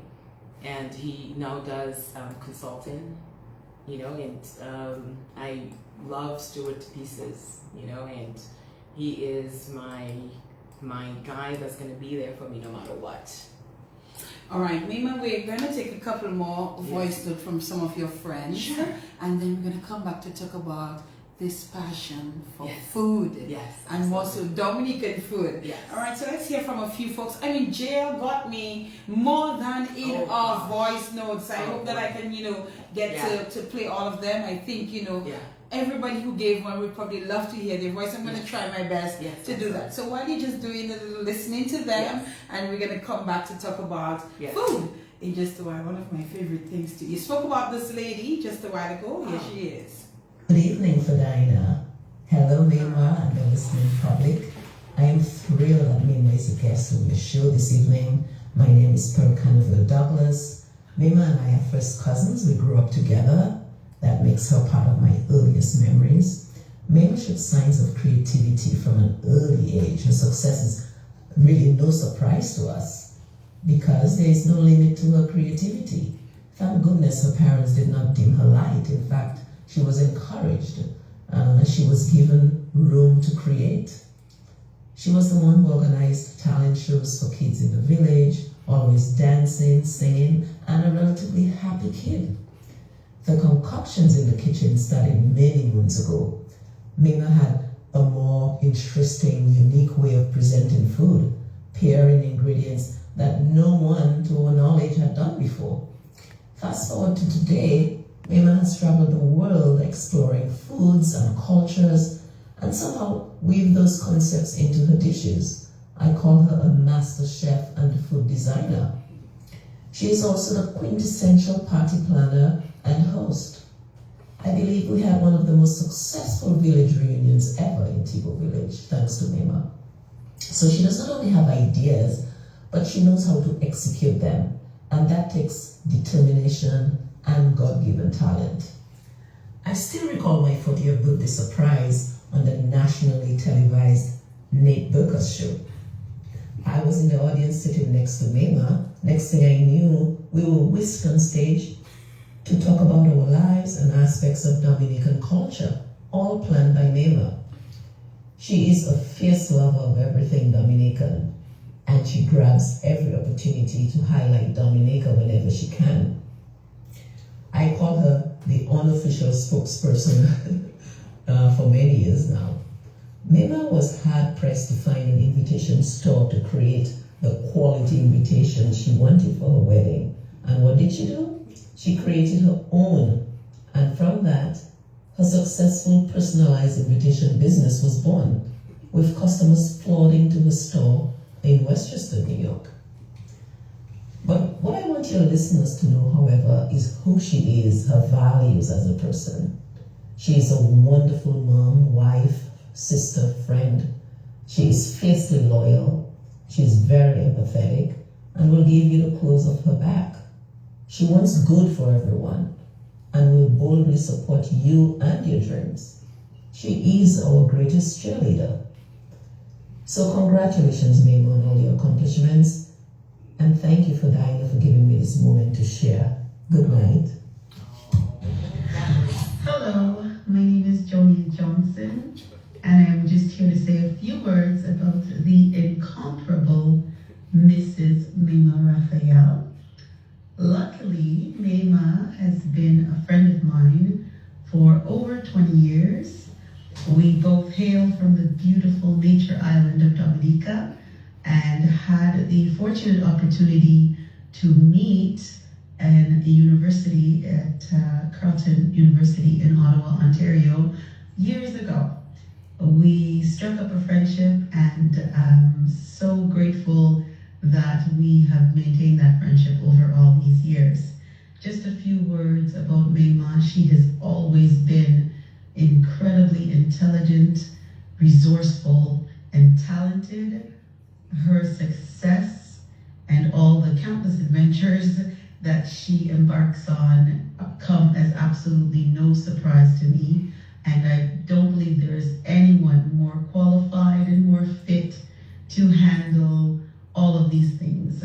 Mayma is a fabulous friend, an incredible mother, sister, and a wonderful ambassador to our beautiful island of Dominica, as she wears it on her chest with pride and takes every opportunity to fully express the beauty that is Dominica, be it in culture, in cuisine, in music, however she can, to everyone she meets. And I've always admired that about her.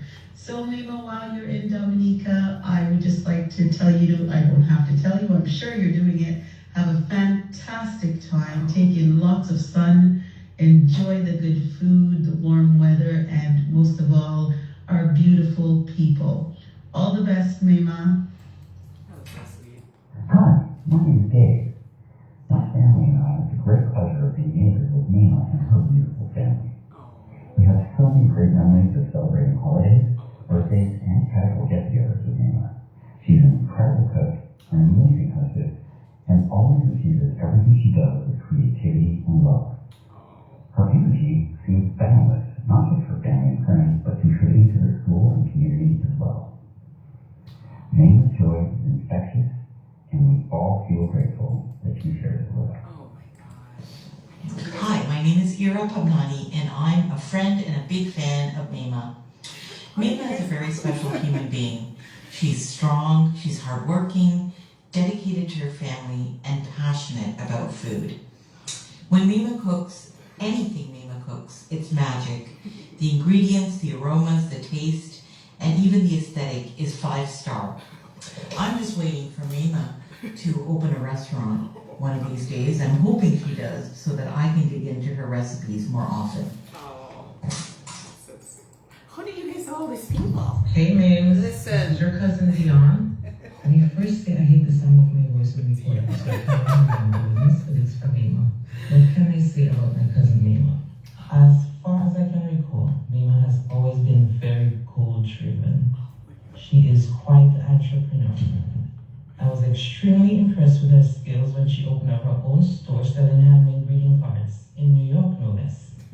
She is very creative in so many ways, and now sometimes I have no words for those amazing dishes she creates because my mouth is wide open and I'm just drooling, wishing she lived closer so I could pop in for breakfast, lunch, and dinner. All three. She's a very devoted mother to her children, dedicated. She loves her family, dedicated to her family. When my son had a car accident a couple of years ago, Mayma messaged me when I was at work asking for my address. And she had breakfast and lunch delivered to him. And I'm in Florida and she's across the country in California. That's just who Mayma is in a nutshell. I'm proud to just know. Oh my God. Yes. Oh, she said she loves you. Oh, towards the end right there. I love her too. And there's quite a few more, and that is why I said to you, you know, Jen was assisting me with this, and I just keep seeing voice note after voice note after voice note. How do you guys get all these people? I have to talk to Jen Jen. loves you, I'll tell you that Oh much. my She really God. does appreciate you, and she, you know, she really had to get this done. Oh my for you. goodness. There's still more. There's like 10 more. Are you kidding me? I kid you not. I kid you not. I kid you not. And they're not very long, thank God. So, you know, at least I can get to play some more of them. I you can't know. believe these are all some of my favorite people. Yes. You know, I love them. Family and friends. Yes. My new friends in California and family that I grew up with. Yes. Like Dion and Pearl and, you know, my girlfriend Joni, who was my maid of honor at my wedding. Yes. So Good stuff. So we've spoken a lot about And we've not even spoken about where you are now, but we'll do that in a while. We'll come back to that. But I mean, all of this food that people keep talking about is making me hungry.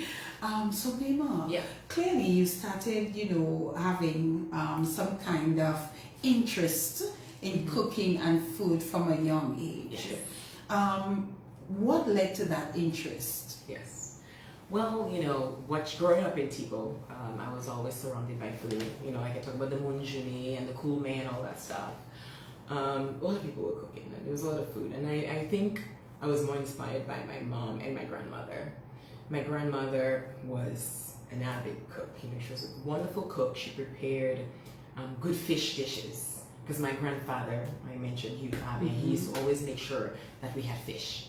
Like my grandmother had the best doad, the best everything, the best thon, the best, freshest fish. He used to go to Portsmouth sometimes, and sometimes he had fishermen in Tibo bringing the fish in. And it was great because then I learned to cook coupillon. She taught me at 9 years old how to do a fish coupillon using gauzy and teasy tan. We used to use that yellow butter, the mellow yellow, and onions and a lot of green onions and stuff. We used to go in the yard and just pick stuff. Of course. Yeah. So, and then my mother, she was an entertainer extraordinaire, of course, she did a lot of that type of stuff. She had a flair.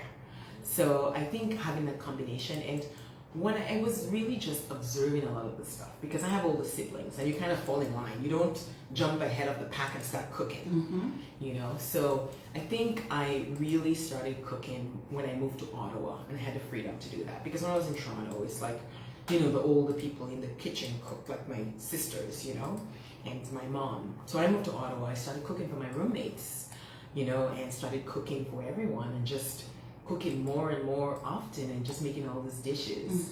And people would just know me as, the cook and making sure that, I nourished everyone and did all the Caribbean food. That was my main thing, cooking Dominican food and, also some Caribbean stuff like jerk. And when I moved to New York, I just started. I did a lot of parties. Like Pearl said, her 40th birthday. I did go on the Nate Burka show with Pearl. I told the producers that I want to throw up a 40th birthday party for my cousin. Right. And they said, "What's the theme? What theme could I think about?" I mean, come on.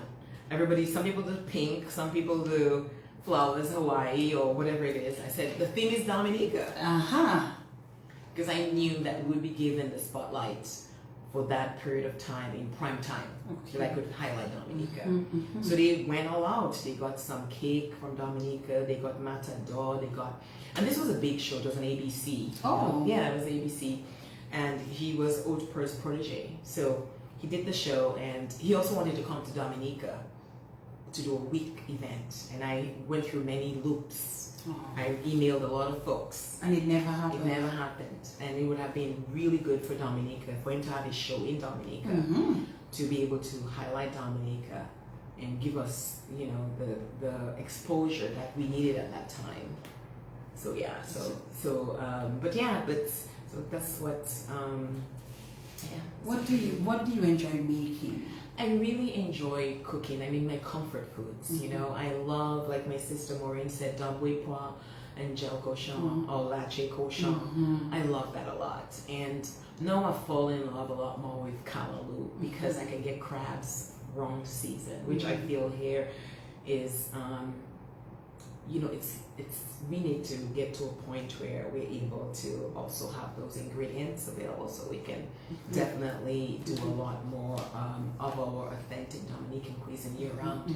So I can do callaloo year round. I get my dashing leaves, which comes in from Fiji or other countries around the world, and I get my crabs in California. What about codfish? That's my favorite. Codfish and plantain. So before, people used to send me stuff, like people like Regina out of New Jersey, and my dear friend Charlene out of Houston, and my cousin Cecilia in Florida. People would send me stuff, send me codfish, so I can cook, and because we don't have codfish here.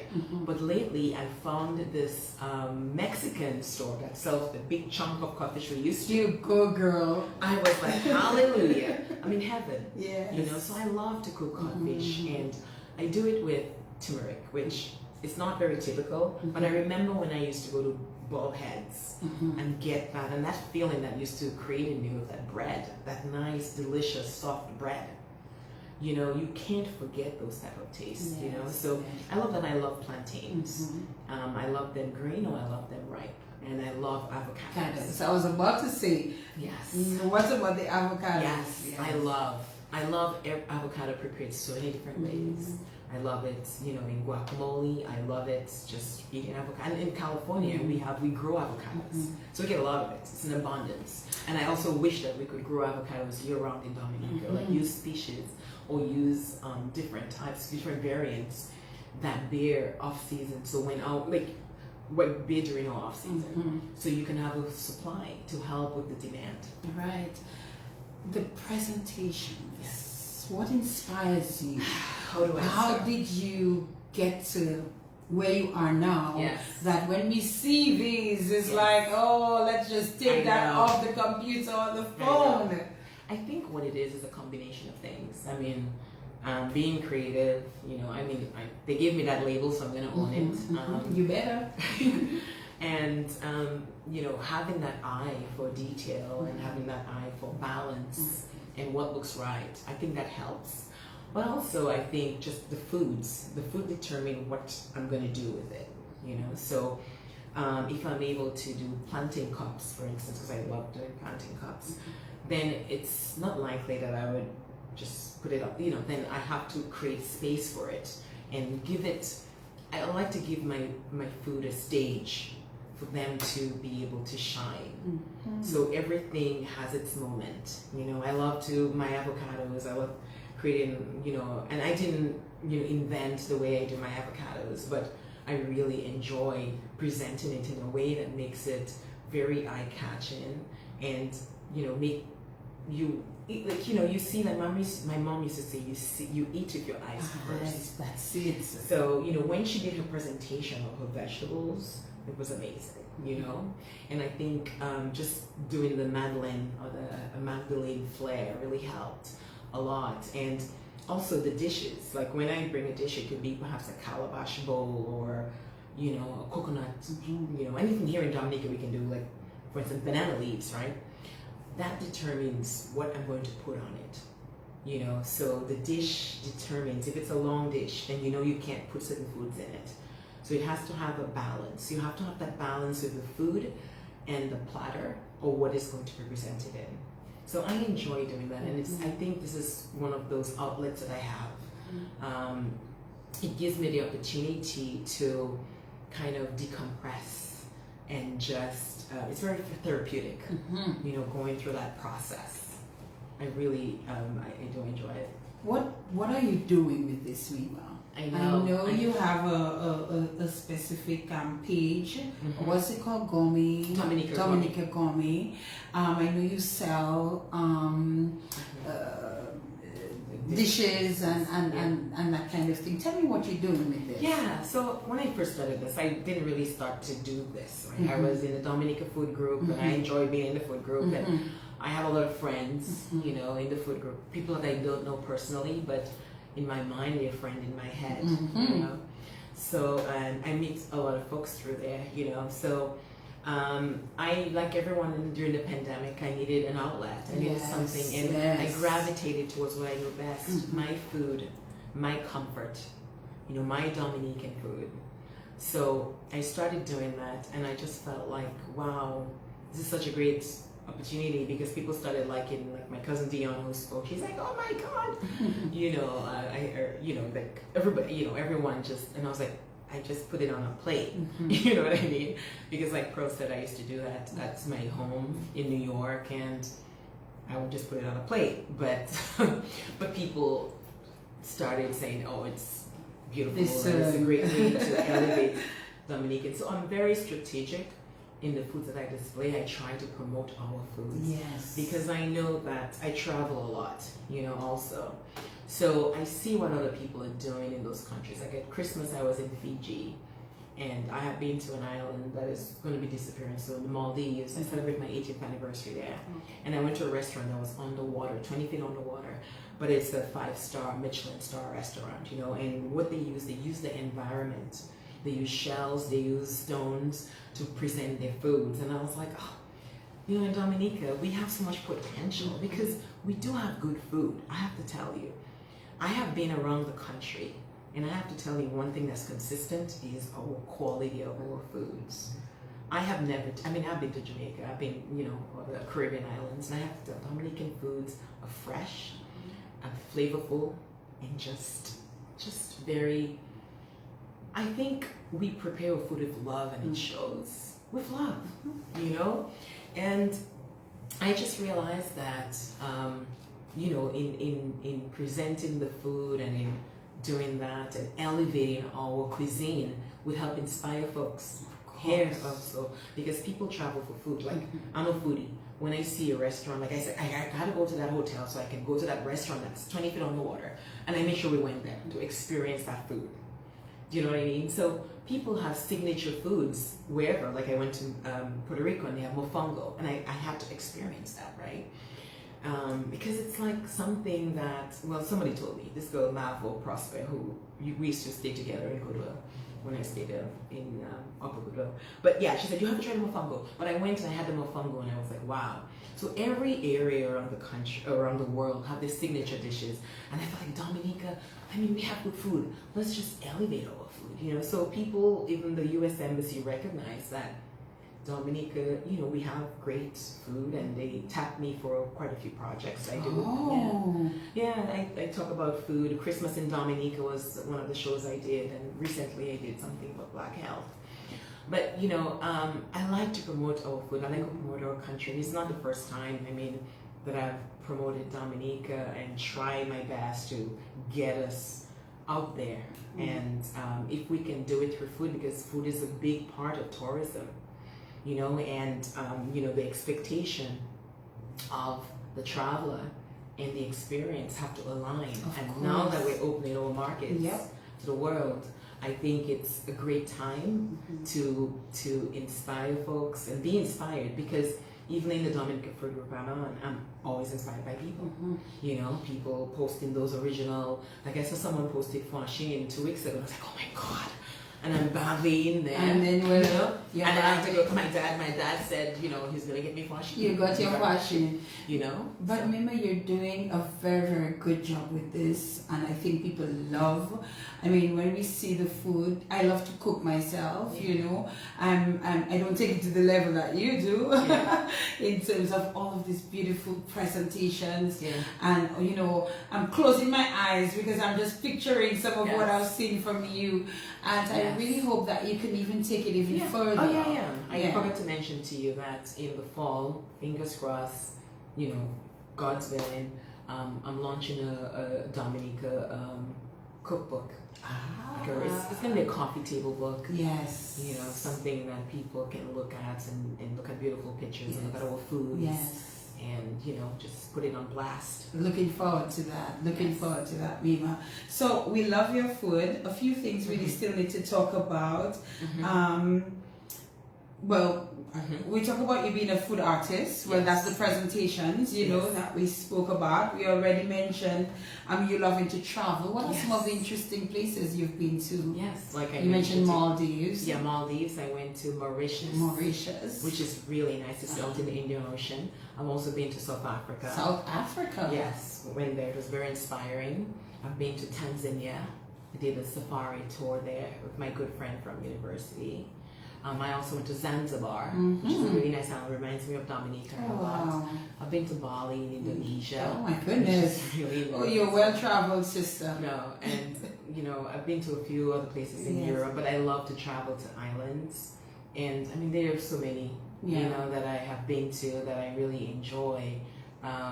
You know, that must be a blessing to be able to go and experience. It is a blessing. And I think the biggest thing that I do when I travel is to see it from a Dominica lens and say, oh my God, what can we do? Like what they're doing. You know, I've been to 3 countries in Hawaii, you know, and realized they're so much like us, Maui and Big Island, you know, and you know, just so many areas around the world, including Europe. Like I went to Israel and Budapest, and yeah.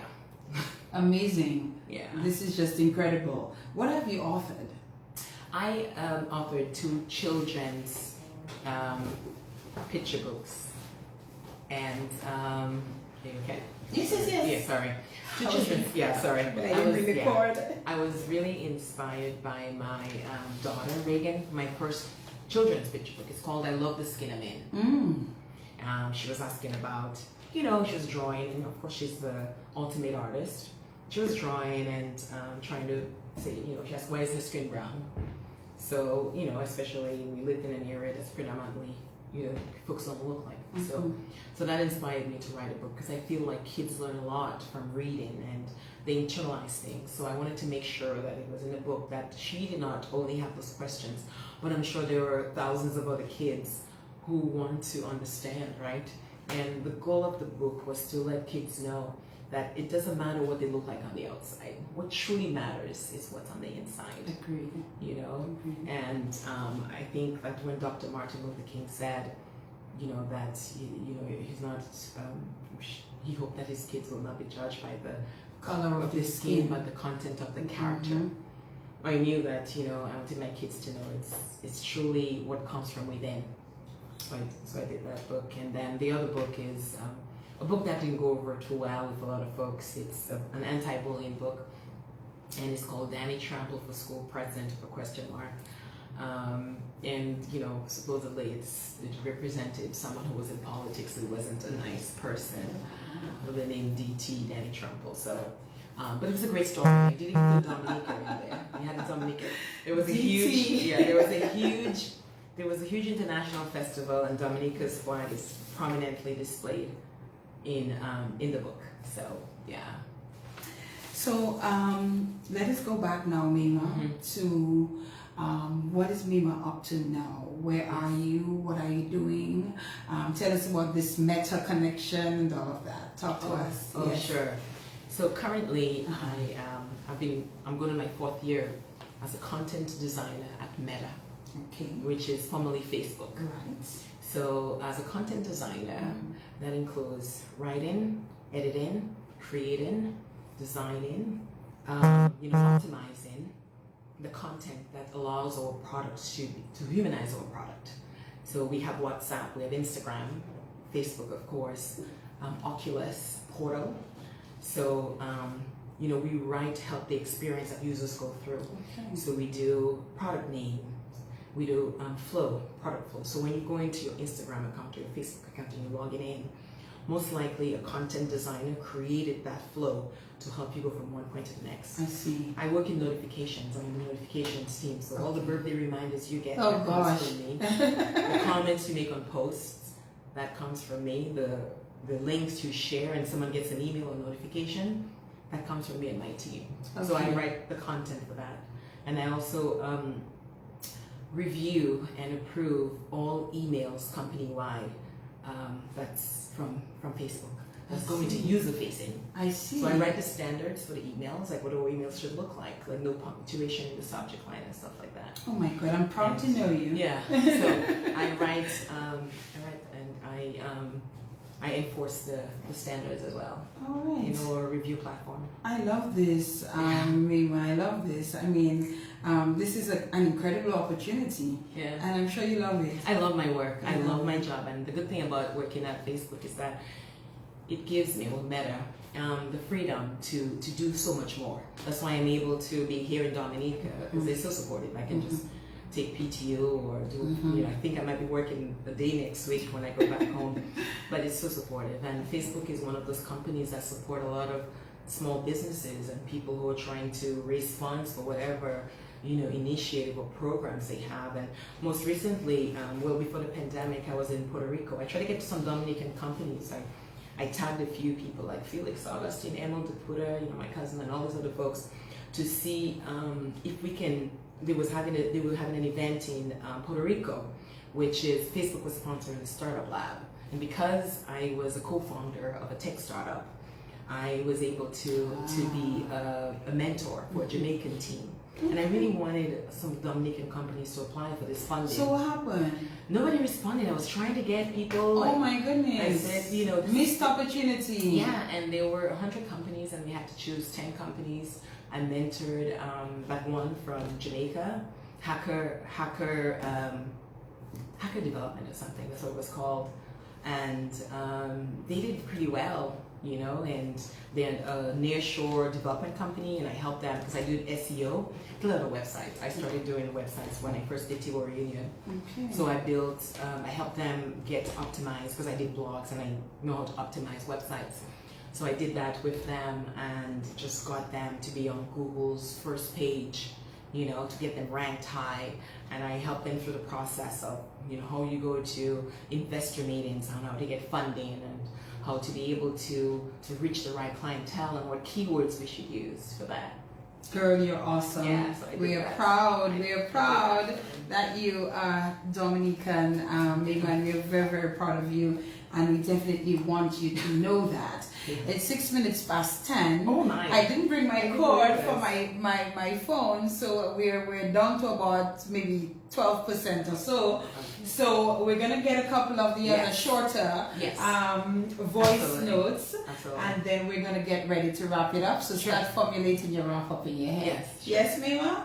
Oh my God, you're awesome, girl. You're awesome. Let's see which one of these that we can do that are not too very long. My name is Adriana Flores Regale, and I am a friend of Mayma's. Mayma is an incredibly smart, kind, and high energy kind of person. She is a great mom, she is a good friend, and she is an amazing, amazing chef. I've been blessed to know Mayma for a number of years, and all I can say is that she's quite inspirational. She helped me launch my podcast. I have a podcast, and if it had not been for her, I don't think I would have been able to release my creative energy. I think Mayma is a great representative of your country. She is always talking about Dominica and the beautiful people and the amazing food. And I think Dominica Gourmet is really captures who she is as a person, the beauty that she posts every single day, and the passion that she has for everything that she does. So I'm so happy that you're featuring her. She's just amazing. And I'm glad to know her as my friend and as a role model for me. Hello, my name is Dorothy Bender.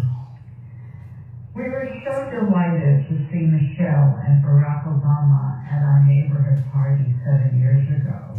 Oh no, it was Mayma and Stuart with a darling little boy named Ronan. Since that time, the Raphaels have been my dear friends. Mayma is an intelligent, caring mama, creative in so many ways. She hosts lovely events and is a wonderful cook. She's devoted to family and friends, always available to help people in need. The family has been especially loving to my dog, Willow. Mayma and Reagan have collaborated and published 2 children's books. Recently, Ralston and I talked about football and his college plans. Ronan is growing up to be a great kid. Mayma is constantly figuring out family trips, but most of all, she's a serious, hard-working woman, partnering with her husband Stuart and caring for their 3 amazing children, Ralston, Reagan, and Ronan. The Raphael kids are so welcoming and friendly. I'm so fortunate the Raphaels are my neighbors. Yes, that's nice. My name is Indira Senkumaraswamy. I have known Mayma since 2014, almost 8 years now. Our daughters are the same age and went to school together. I've always enjoyed interacting and working with Mayma, be it in PTA or the Girl Scouts. She is creative, responsible and dependable, and will get the work done. Mayma is smart, kind, generous, and much fun to be with. I cherish my friendship with her, and I hope it continues to grow. Hi there, this is Ivor Martin. cousin of Mayma.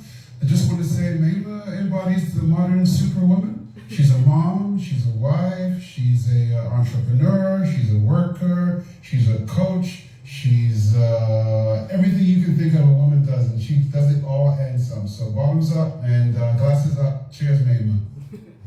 Greetings, Dominica. This message is for Mayma. My name is Jackie, and I've known Mayma since 1994 when we met in university in Canada. From day one, Mayma's always been such a good ambassador of her country. She's always represented Dominica with so much pride and joy. I feel like I know the island so well, the food, the way they dress, and everything, just because of the way Mayma always spoke so beautifully about it.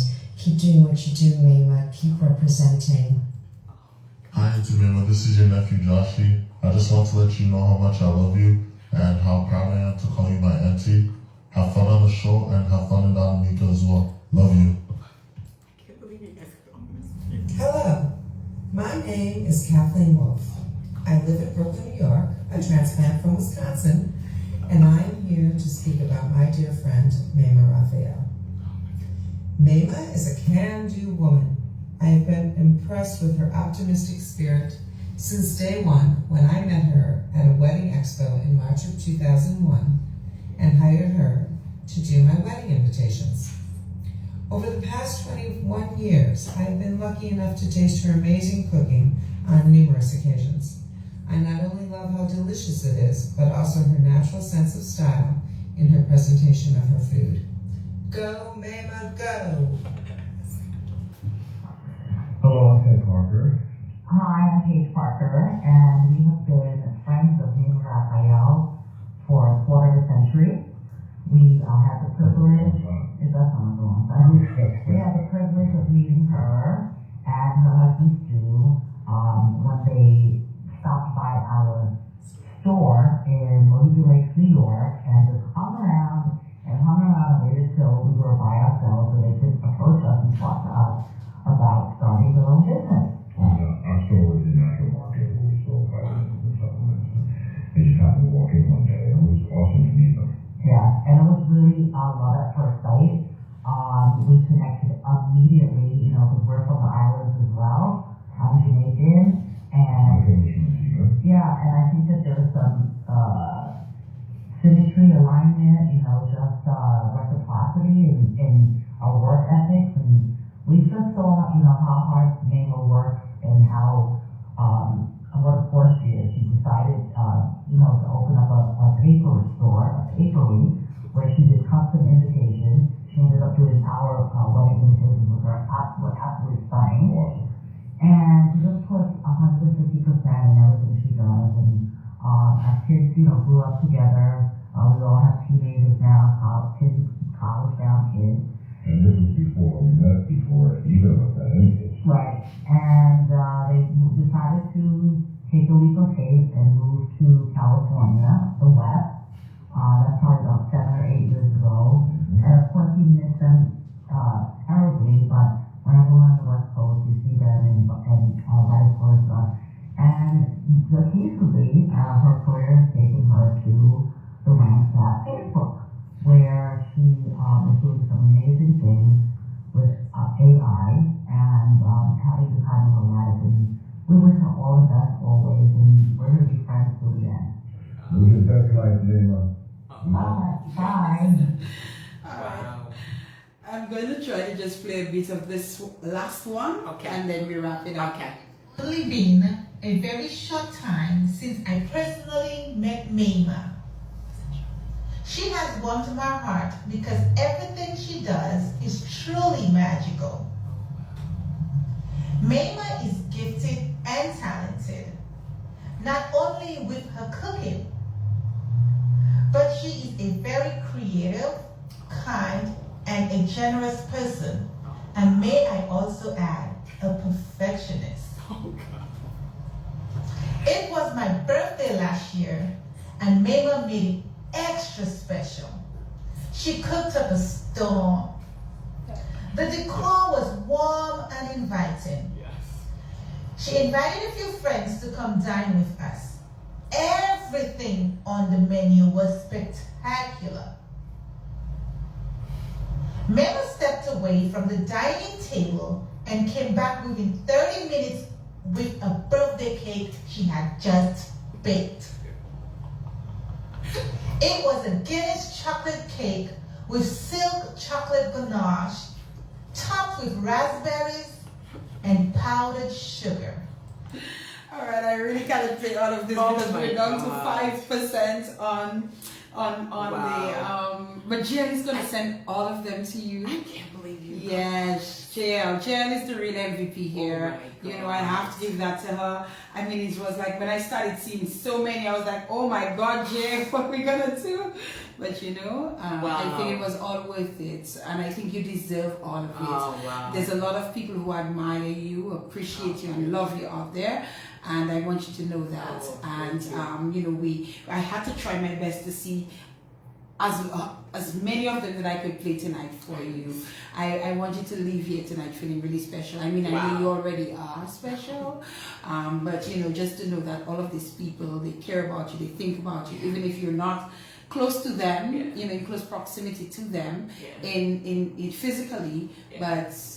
That's very touching. Yes. I mean, I am just so moved by all this. You know, I just go about my day to day just being me, and to see that these people appreciate this. This is my gift to you then. Oh, thank you. So maybe we have to wrap up. Yes. So I'm going to give you the opportunity to share some final comments with us, and just to let us know, you know, what is still to come from you. Oh, thank you. Well, thank you so much for Dinah for giving me this opportunity to share my story. Hopefully, I hope it has inspired some folks. I definitely am grateful to be from the nature island of the Caribbean, and to have that upbringing that I have that molded me and helped me with this very great foundation, and hopefully I can transfer to my kids and they can transfer to their kids. I love Dominica and I love Dominican food, and right now I feel empowered, and I feel that, you know, I'm able to help elevate the culture, and I do it from my heart. You know, this is something that I wholly enjoyed, and I'm so grateful that so many people love what I do and how I promote our local foods. So thank you again for giving me this platform and giving me this opportunity to share my story, and thanks for, you know, JL and whoever else was involved in this project. I think it really takes a village, and coming from a village, I have first-hand experience, and it's not just a cliche. Being here in Dominica, there was a village behind me. It was so much fun, you know, just going through all the restaurants and having to be able to interact with so many great cooks and so many business owners. I saw Dominica from a different perspective, and I would love to come back to Dominica with an eye to help the businesses and help people. I'm not an expert, but I do, you know, want to give myself and give my time, and that's how I am, and I think it gives me joy to be able to be in that position. And thanks to everyone for listening around the world, around the country, and you know, my family for supporting me always and being there.